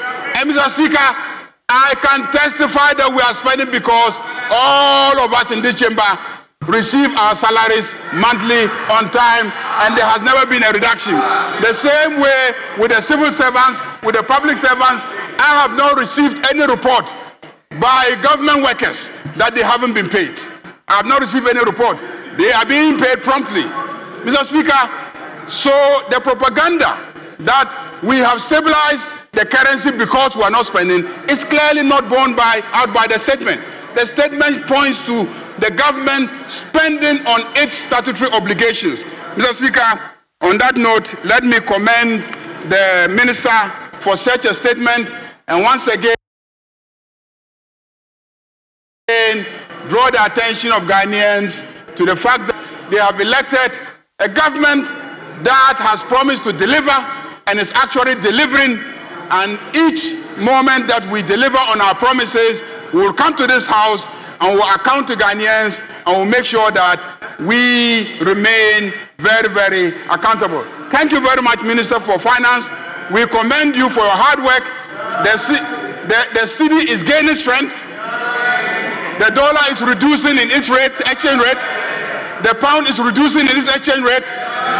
All the major currencies are reducing in the exchange rate relation to the cedi. And the cedi is getting stronger.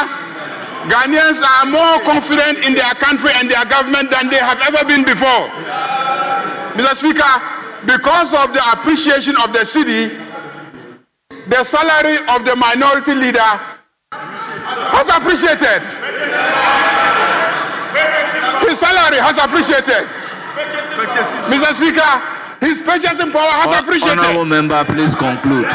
He now pays less for fuel because fuel prices have declined. He now pays less for food because food prices have declined.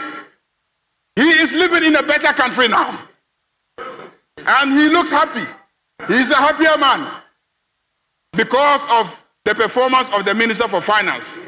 On that note, Mr. Speaker, I thank you very much.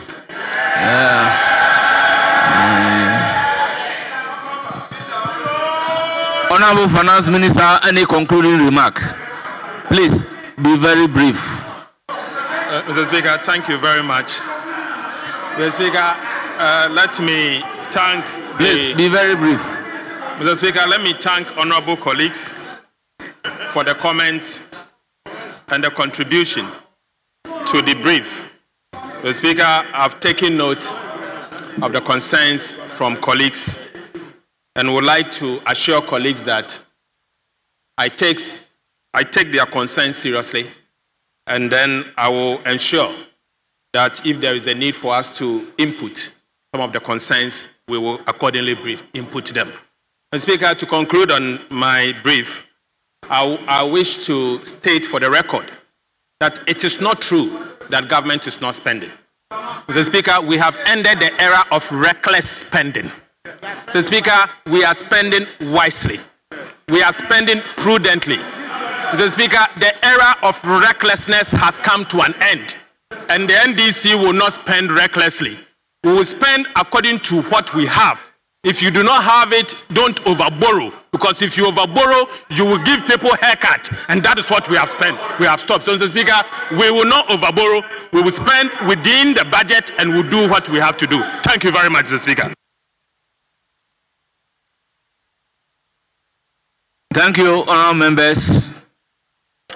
Honourable members, permit me to recognize the presence of our revered students who are here in our midst. First on the list is Obrachere Senior High Technical School.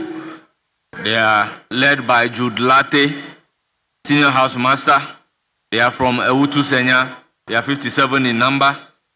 The other one is Apam Presby Basic School, led by Richard Abaete Tete, Head Teacher. They are from Ebuakwa South, 59 in number. And last on the list is Otuam International School, led by Edu Issa Philip, teacher. They are from Ekumfi, 60 in number. You are all welcome. May you have a fruitful stay in Parliament. Honourable members, order paper addendum. Presentation of first reading of bill.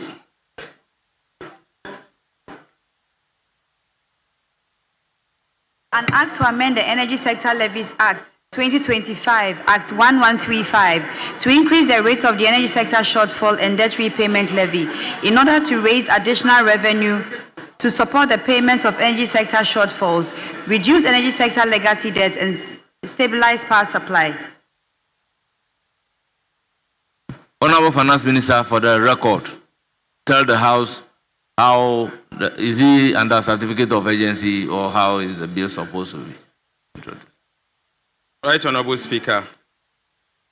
Mr. Speaker, the object of this bill is to raise additional revenue to support the payment of energy sector shortfalls, reduce energy sector legacy debt, and to stabilize power supply.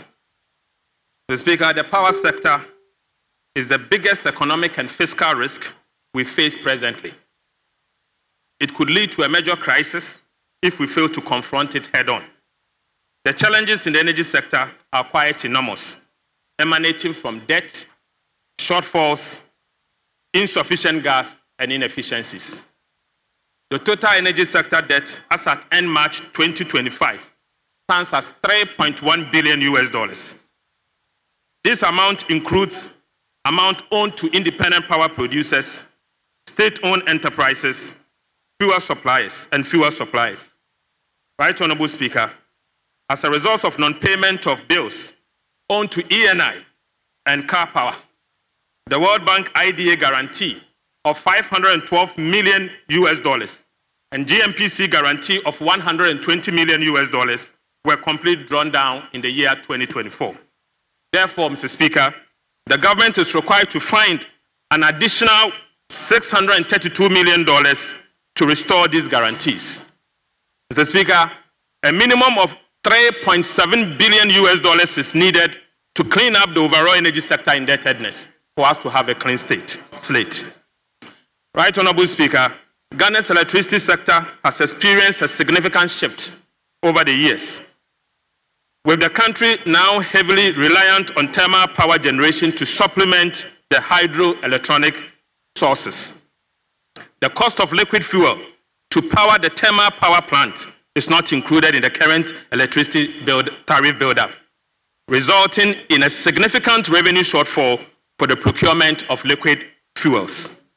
According to the PURC, an inclusion of the cost of liquid fuel in the price build-up will lead to an increase in electricity tariffs by at least 50%.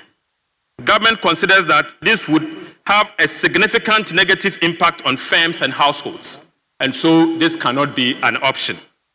Mr. Speaker, in the year 2025, the government will require an additional $1.2 billion to procure essential fuels for thermal power generations alone. Mr. Speaker, the power sector risks imminent collapse if these unsustainable debts are not resolved, particularly given that the fiscal cannot accommodate the financial needs of the sector. Right, Honorable Speaker, to help raise additional revenue to fund the needs in the power sector, government is proposing an increase in export price of petrol, diesel, and related products.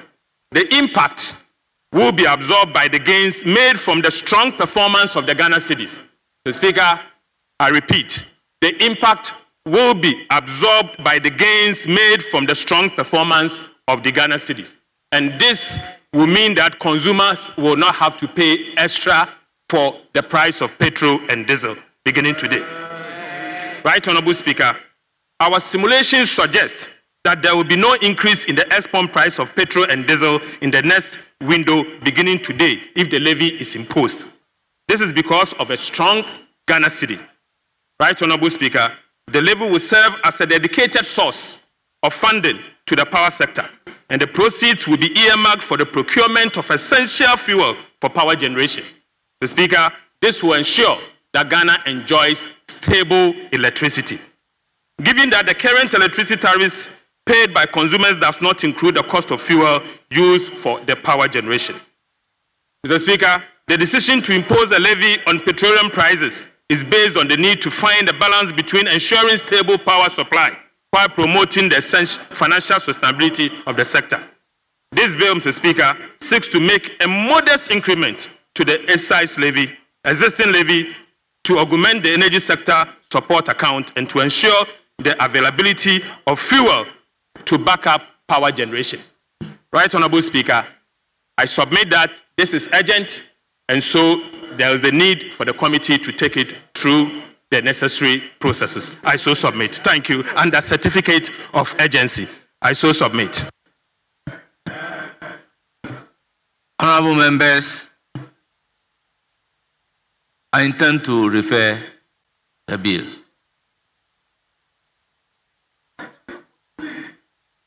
Yes, Minority Leader, this is the presentation of a bill.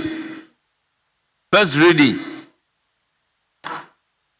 This is first reading. Mr. Speaker, would the majority side, Mr. Speaker, would the majority side extend some courtesy?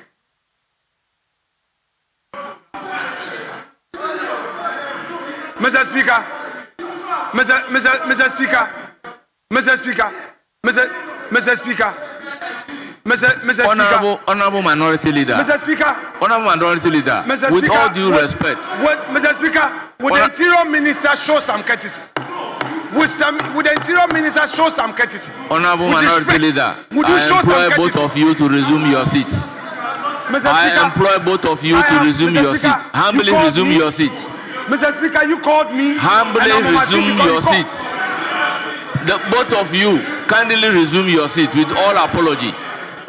With all apology. With all apology to both of you, resume your seat. Honorable members, the Energy Sector Levies Amendment Bill 2025 has been duly presented and read the first time. It is referred to the Finance Committee for consideration and report, including the determination of whether or not the bill is of urgent nature. A report to the House. Yes, Honorable Minority Leader, let me hear you.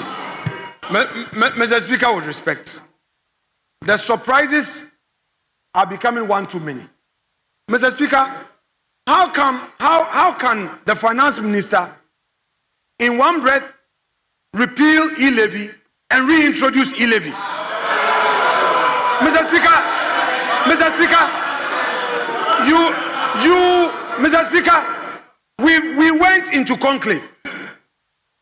The issues that he just raised as justification for running this bill through a certificate of urgency. It never came up. Mr. Speaker, will the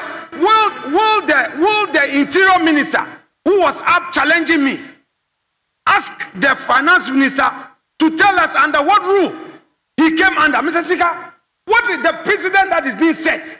Mr. Speaker, Hansard is watching. Hansard is taking note. One day, it will come and hound them. If today they think they have no mess, they will bulldoze their way. So be it. Have your pleasure.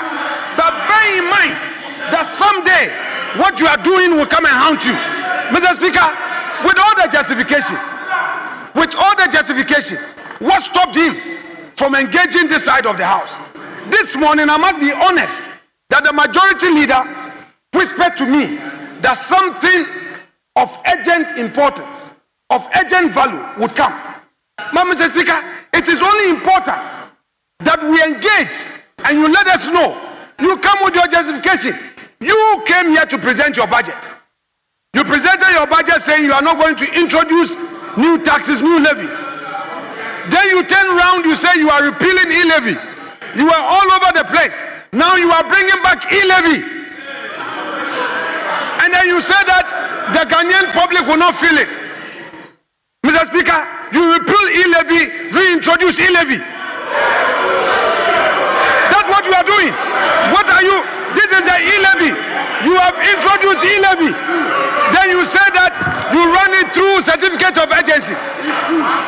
Mr. Speaker, honorable members, the e-levy being introduced. Honorable members, this is a house of record. What is it? Honorable members, this is a house of record. The bill introduced, which I have just referred, is energy sector levies bill. It is e-levy. So this is not electronic levy. Mr. Speaker, with respect, allow the minority to have its say. You allowed the minister to speak. What is energy sector levy? Short form e-levy, is it not it? The energy. What is energy? Is it not E? How do you spell energy? Is it not capital E? The short form of the law, the levy, is e-levy. You are reintroducing e-levy. That's what you are doing. Reintroducing e-levy. And you are going to tax Ghanaians. Mr. Speaker, and you say under certificate of urgency. Yes, Honorable Minister for Interior. Thank you, Mr. Speaker. Thank you, Mr. Speaker. Mr. Speaker, I think the minority leader should know that as one of the leaders in the House, he must learn to respect the rules of the House. The Speaker, the way the minority leader keeps hijacking the floor, he rises, he doesn't make reference to any rule, he speaks out of rules, he just speaks. It's absolutely wrong, Mr. Speaker. Mr. Speaker, I want to refer the House to Order 160, under which this business that I just concluded was done. 160. Mr. Speaker, with your permission, a sponsor may submit a bill to Parliament without publication in the Gazette, where the sponsor of the bill consider the bill to be of urgent nature. Mr. Speaker, the Speaker shall refer a bill to the appropriate committee for determination of the urgency or otherwise of the presentation and the first reading. Mr. Speaker, 3. Where the committee determines that the bill is of an urgent nature, the committee shall inform the House by a report.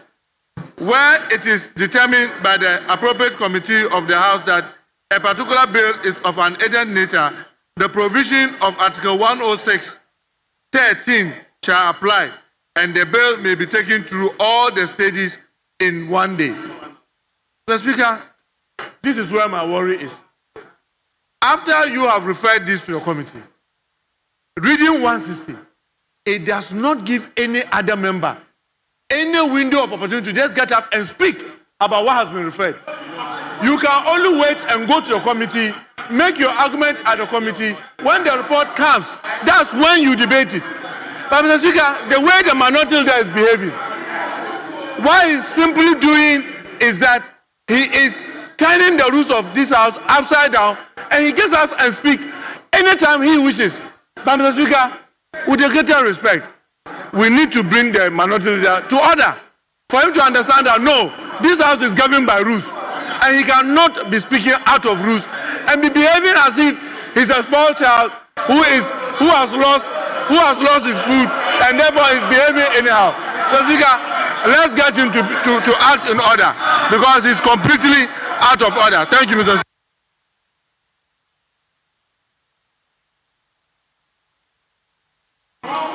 Yes, let me hear Majority Leader. Yes, Majority Leader, you have the floor. Let's listen to the Majority Leader.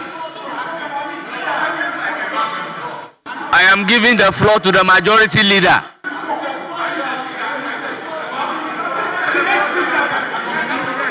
Mr. Speaker, Mr. Speaker,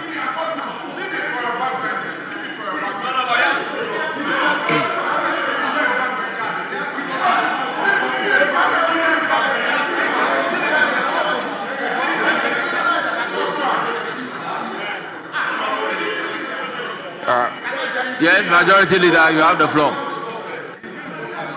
Honorable Member, I can send you out of the house.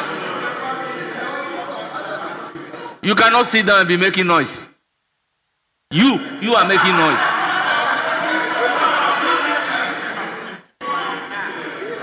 Yes, Majority Leader, you have the floor.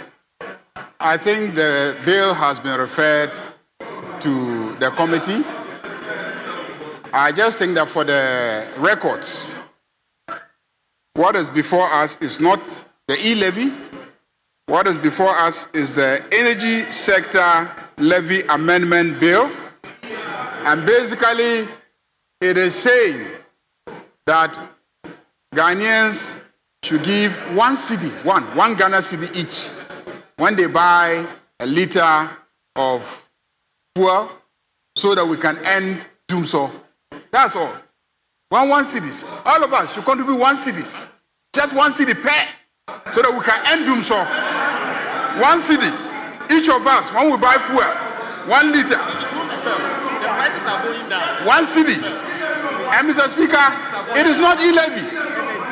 It's not e-levy. That is what it is. The matter has been referred to the committee. Let's all hold on. The committee will present a report to us, and when we consider the report, we can debate all these matters. We can debate the agency, we can debate the levy itself. So please, let's hold our fire and then continue with the other businesses while the committee sits. Mr. Speaker, so I plead with you to we'll go back to the questions. Let's go back to the questions. Mr. Speaker, I think the leadership of Energy Committee should join the Finance Committee. Well, honorable members, with all due respect, we don't debate bills at its introduction. It is at second reading that we debate the principles underpinning the bill. So what are we doing? A bill is just being introduced. And at the point of introduction, we don't debate. You refer the bill to a committee. It is at second reading that we debate.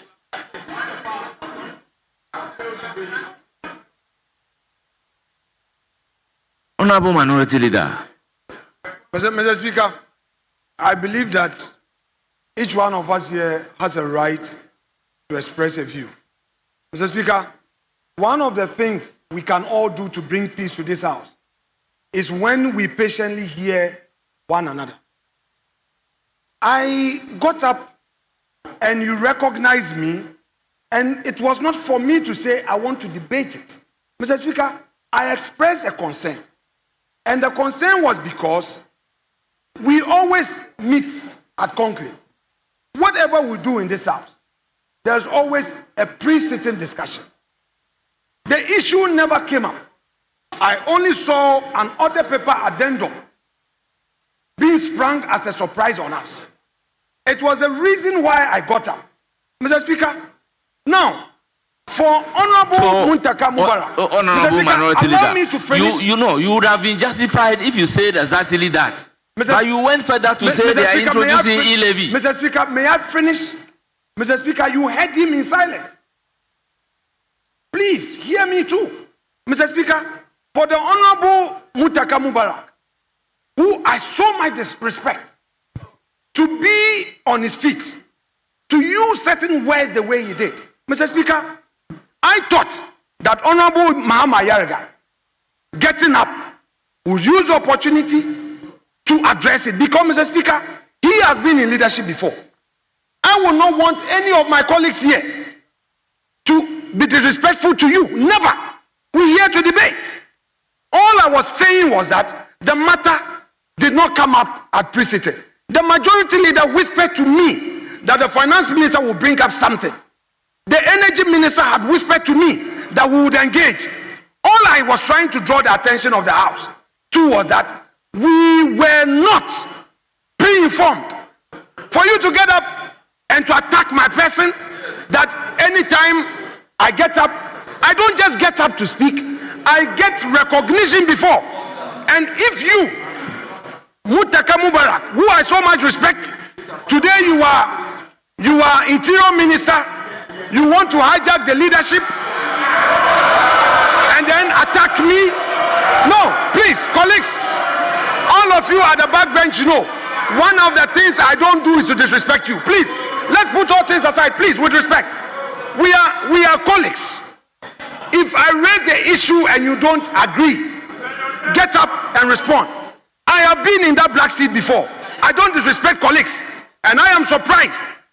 Honorable Muntaka Mubarak, those days, in the 6th and 7th Parliament, he was always concerned about the way Honorable Chairman Sabonsu. I can refer him to answer. How Honorable Chairman Sabonsu use certain words to describe certain matters, and he would always protest. I expect you not to be the one to be attacking me. I expect you not to be the one to be using certain words, and then when you get up, you say you will withdraw. If you decide not to withdraw, I can force you. And I will plead with Speaker to get you to withdraw. Let Hansa have the record of what you have just done. And Honorable Ayeriga, we have just started. It's my job to also protect you from this side. If today a colleague of yours sees an opportunity to attack me merely because I'm raising a genuine concern, when the matter did not come up at leadership discussion, and Speaker allowed him to speak all out, and you think that it is not proper for him to do the needful, I'm not worried. As a minority leader, I expect more of such attacks, and more will come. It is a price I will pay for being a minority leader. If the intolerance level has said that, I will be attacked by no less a person than the Interior Minister, who I so much respect. Mr. Speaker, I leave him and all his words to posterity. Honourable members, we will make progress. The statement that behaving like a spoiled child is ordered to be expunged from the record. Yes, Majority Leader. Mr. Speaker, I think we will go back to the questions. The ministers have been sitting here since morning, so let's take the questions. Let's take the questions, Mr. Speaker. Very well. Let's take the questions. So the initial application was to take question number D, standing in the name of Mr. Francis Xavier Kojo Sosu, Honourable Member for Madina. We'll do statements. We'll do statements. We will do statements. We will do statements. We will do statements. We will come back to statement. I have various statements. We will come back to statement. Mr. Speaker, the majority leader, Mr. Speaker, The majority leader made an application. Majority leader, I'm on my feet. Majority leader made an application that you should add the leadership of the energy committee to the finance committee to look at the. So, yes. Honourable members, is that the sense of the House that the leadership of the energy committee should join the finance committee? Yes, majority leader. Is that the sense of the House? Yes, we ask the leadership of energy committee to join finance. The leadership of the energy committee is hereby requested to join the finance committee for the consideration of the bill just introduced and report. Yes, the initial application was to take the question number D in the name of Honorable Francis Xavier Kojo Sosu. The Interior Minister is in the House to respond to the question. C. Very well. Very well. We have to take question number C, standing in the name of Osahin Alexander Kwamina Afanyo Makin, Member of Parliament for Efutu and the Minority Leader. You have the floor.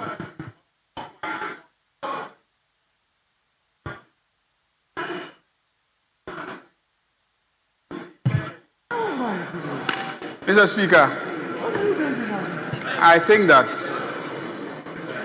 the practice of the House has always been for every member to rise in his place and ask questions. That is the practice of this House. There's no rule that says that a leader should walk to the dispatch box to ask questions. Mr. Speaker, that cannot be accepted. That cannot be accepted. If we have to make special statements, you can grant us the leave. Honourable member, you may ask the question standing from your place. Mr. Speaker, I would want to respond to this. If you will not grant it, so be it. Mr. Speaker, with the greatest respect, I will not allow certain precedent to be set. What is the purpose of this dispatch box? Clerk took the House. Advice, Speaker, this dispatch box is for us. It's for us. This side is for us. We can choose to let any member use our dispatch box. What is happening here? Is it for the majority to determine, Mr. Speaker? No way. If they don't want to answer the question, so be it.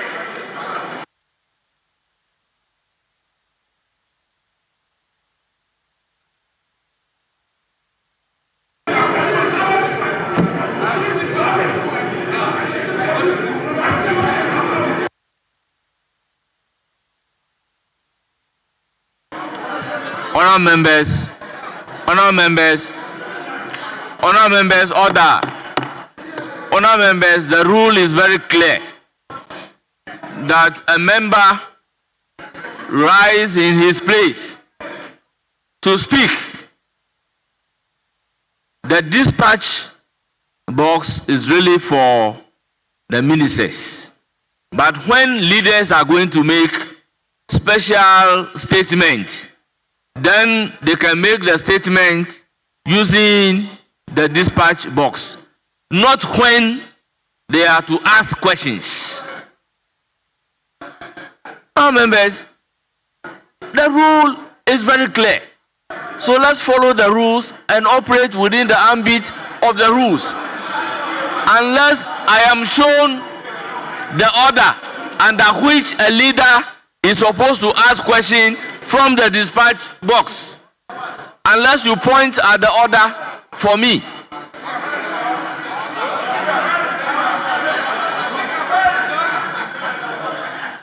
Mr. Speaker, is there any provision, is there any order that says that the minority leader must come into the dispatch box for a special statement? Which order says so?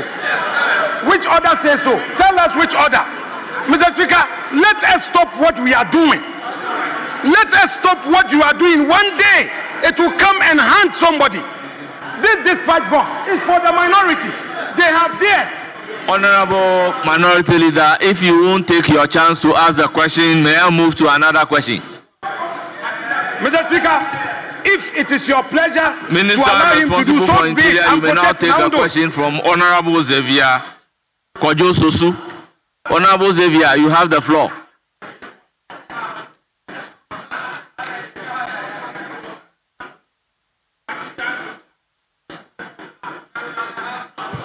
Please go to your place and ask the question. Speak from your place.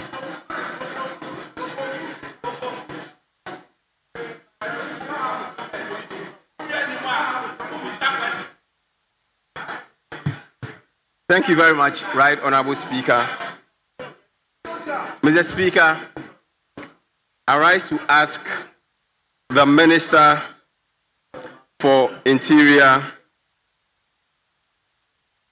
the measures being taken to ensure comprehensive prison reforms to guarantee rights of prisoners.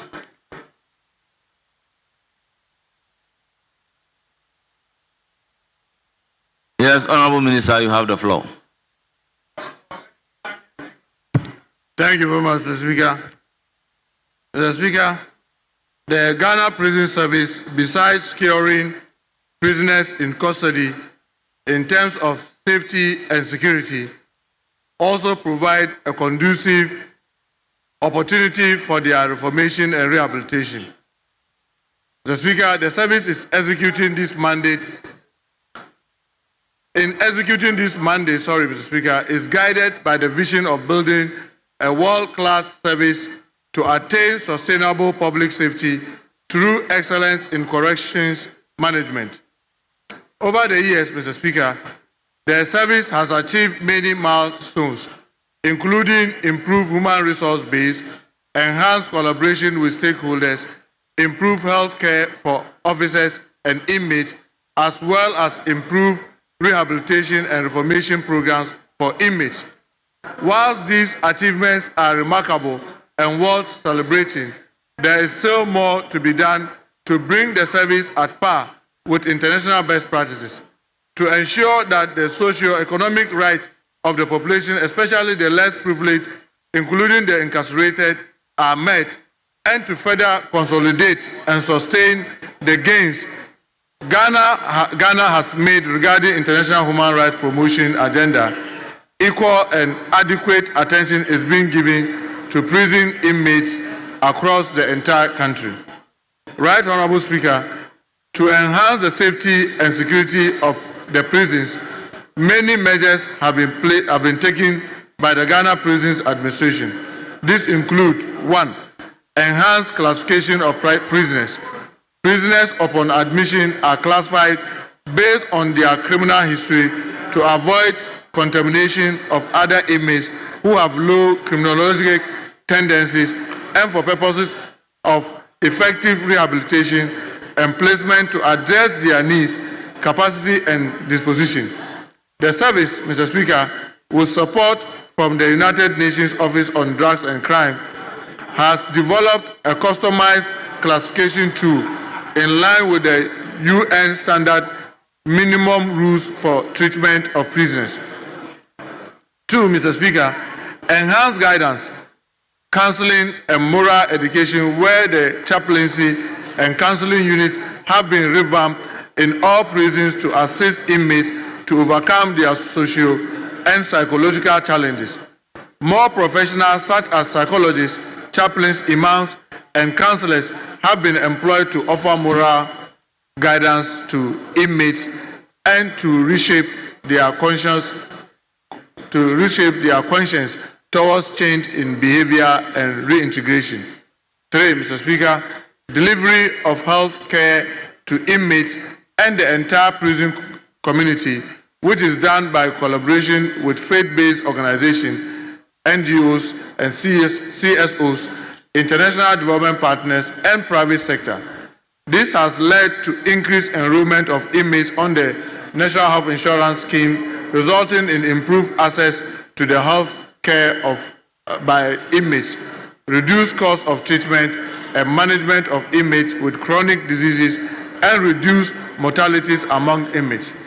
Mr. Speaker, in addition to improved health care to the inmates, the Prisons Administration is upgrading some infirmaries to various levels of healthcare facilities, including 1 hospital, 1 clinic, and 6 health centers in prisons such as in Sawam, Ankafo, Kumasi, Sunyani, and Koforidua. Mr. Speaker, food is a key determinant of prison security. Research has shown that hungry inmates are more likely to cause riot, break jail, and find it difficult to participate in reformation and rehabilitation programs.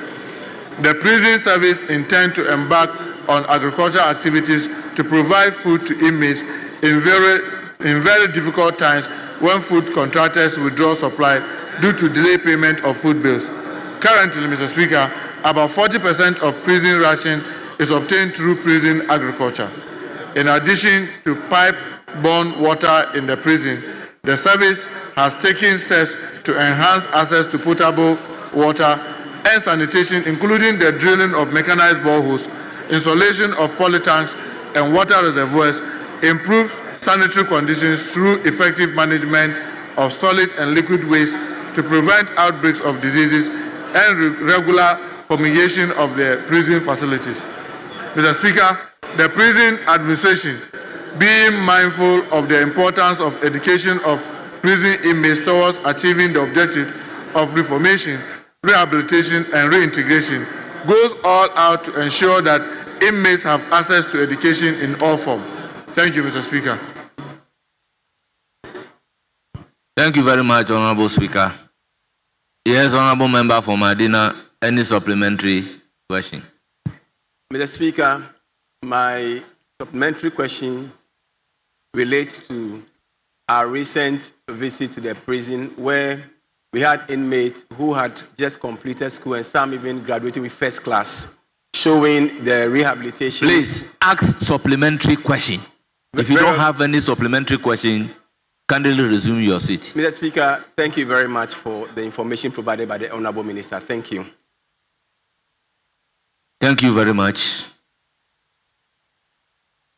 Honourable members, I think we have no further supplementary question for the Minister. And Honourable Minister,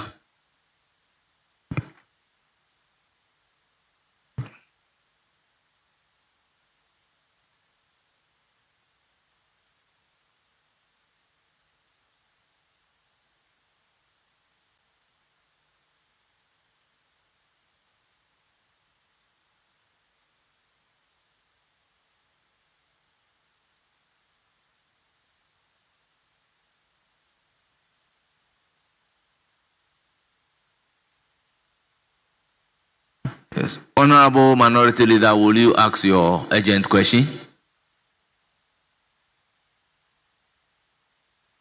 No, you rise at your place to ask the urgent question. Mr. Speaker, I don't intend to debate you.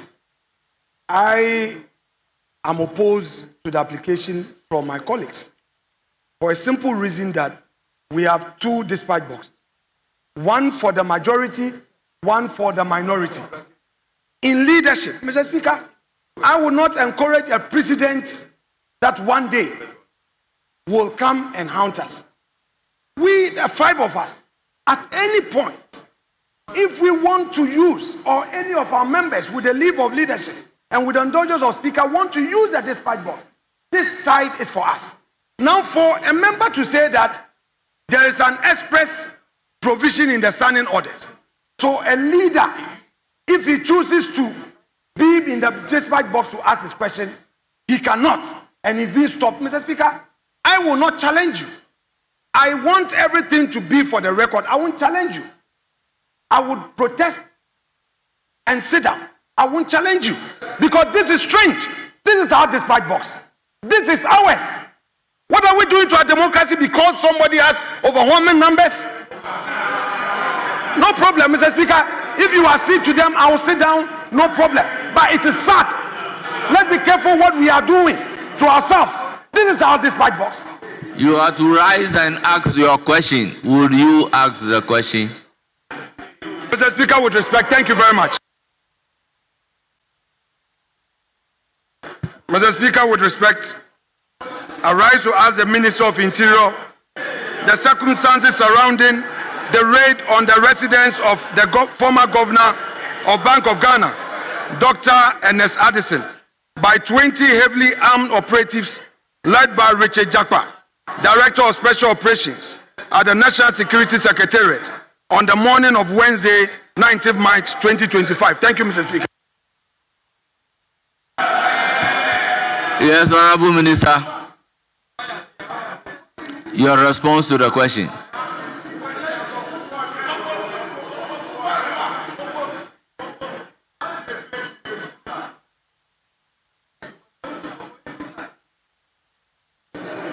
Thank you, Mr. Speaker.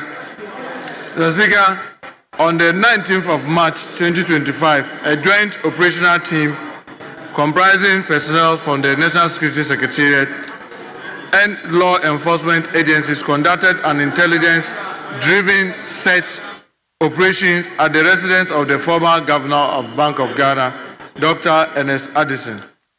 Mr. Speaker, prior to the execution of the aforementioned operation, an ex-parte application for a search and arrest warrant was duly filed before the High Court of Justice, Accra, on 12th of March 2025, which was subsequently in accordance with established legal procedure. The search operation was in no doubt conducted with strict adherence to due process and in full compliance with the applicable laws of the state, and was meticulously done in the presence of the former government. Thank you, Mr. Speaker. Honourable member, any supplementary question? Rightly so, Mr. Speaker. Mr. Speaker. Mr. Speaker. I choose where I would want to be. These are ours. Mr. Speaker, these are our bona fides. You can't interfere with it. Any member can come here. It is ours. Yours is there. Yes, that is yours. This is ours. You see, Honourable Minority Leader, Mr. Speaker, with all due respect, if your members get up to come to the dispatch box and speak, and you are saying that this is for you, so every member can come here and speak, is that the practice? Is that the rule? So what difference does it make? Ask a supplementary question from your place. Our members. Mr. Speaker, the Honorable Interior Minister tells us in his answer that the warrant allowing them to search was properly procured. Would he be kind enough to tell this House the purpose for which the search was conducted?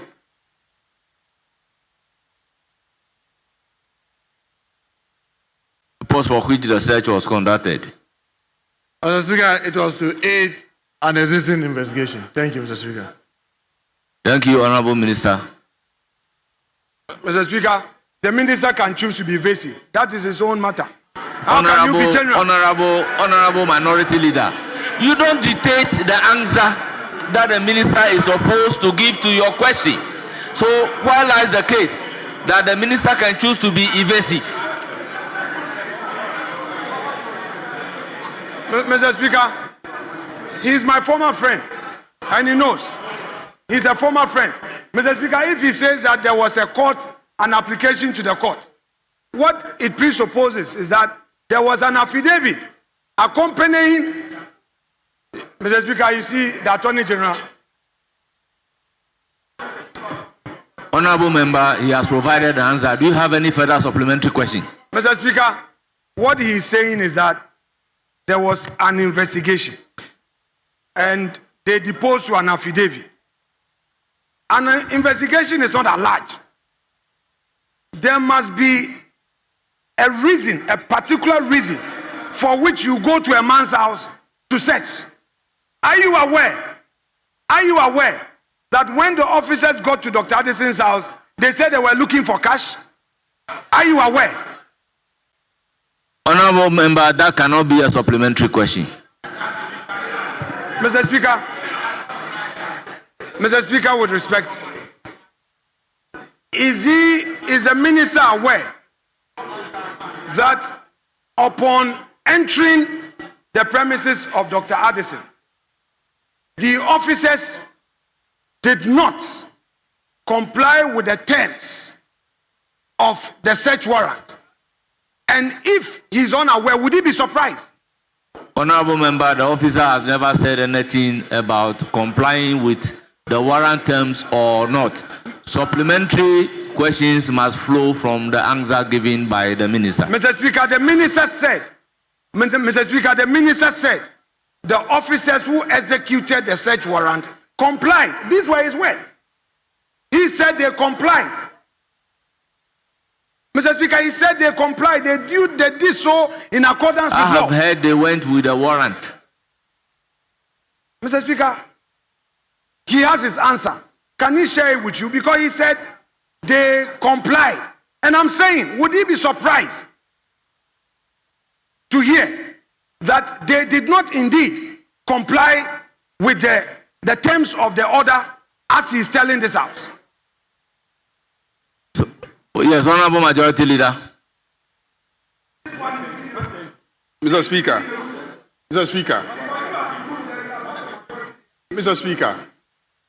our standing orders are very clear on questions that can be admitted, and that includes supplementary questions. A question shall not, Order 86, a question shall not, F, solicit the expression of an opinion or the solution of an abstract legal case or a hypothetical proposition. Hypothetical proposition. Soliciting opinions.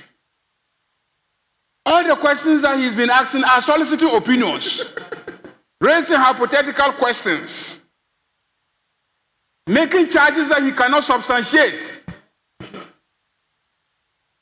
Mr. Speaker, before you ask questions, make sure your facts are well known to you and that you can substantiate the facts. If we ask you to substantiate any charge that the officers went beyond the terms of their warrant, will you be able to substantiate it here? Please, let's follow the rules when we are asking questions. They are very clear. They are very, very clear. Let's read the rules and let's act according to the rules. It will make life easy. I just want to go add outside the rules and we try to stop you, then you start complaining that you are being gagged as a minority. I just want to add Order 89. 89. Yes. 89 said, as soon as a question is answered, any member, beginning with the member who asks the question, may without notice ask supplementary question for further clarification of any matter or fact on the answer. Yes. But the supplementary question shall not introduce a matter not included in the original question.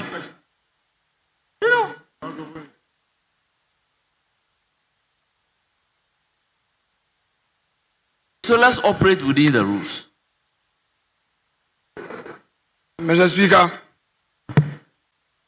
the minister tells us in his answer that these 20 heavily armed operatives, led by Mr. Richard Jakpa, Director of Special Operations at the National Security Secretariat, who on the morning of Wednesday, 19th of March 2025, searched the premises of Dr.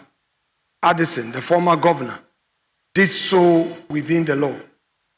Mr. Speaker, in view of the public complaint, the complaint that came out of Dr. Addison regarding the mode of the search, would the minister take steps to address these? Mr. Speaker, will the other colleagues allow the minister to pay attention to the question? Instead of becoming coaches, they say they don't want hypothetical questions. This is not hypothetical. Would the minister focus? Now, Afenyo Make asked one question, many coaches. Let me deal with the minister, he's capable. Mr. Speaker, doesn't matter. Mr. Speaker, in view in view of the complaint from Dr. Addison regarding the manner of the search, the public outcry as a result of the entering of his premises at dawn, banging of doors, forcefully opening his door. Mr. Speaker, would the minister take these public concerns on board in future operations? Would he take it on board in future operations?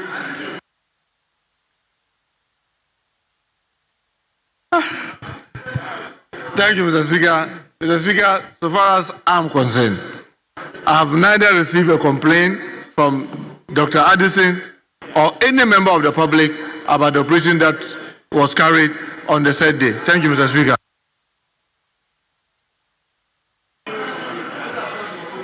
Mr. Speaker,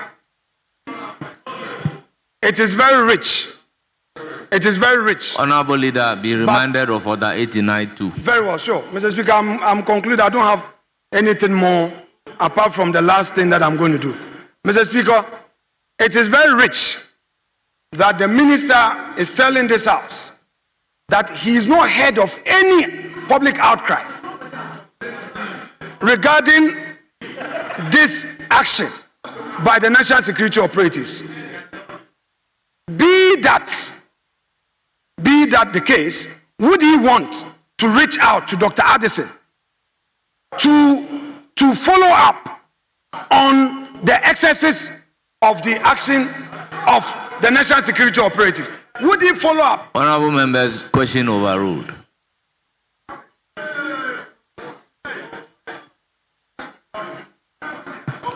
Yes, honorable member, you have the floor. Thank you very much, Mr. Speaker. Honorable Minister, I would want to confirm from you, and maybe for purposes of education, you indicated to us that the national security secured a search warrant. May you educate me the scope of the search warrant, if it is inclusive of searching phrases of persons, if it is inclusive of searching phrases of persons. I want to understand the scope of such a search. Thank you. Your question is whether or not the search warrant includes searching what? But if you are a lawyer, you've seen a search warrant before. Does the search warrant specify that you search the pocket or what? Mr. Speaker, I think this is unfair. Mr. Speaker, it's a direct question that is addressed to the minister. I want to understand the scope, the particular search warrant that he got. Is it inclusive of these searching phrases of persons? That is the question I'm asking. So you should just let me know that maybe if you just that is why you see, Honorable Asafwa, if this question were to be coming from a non-lawyer, but you have seen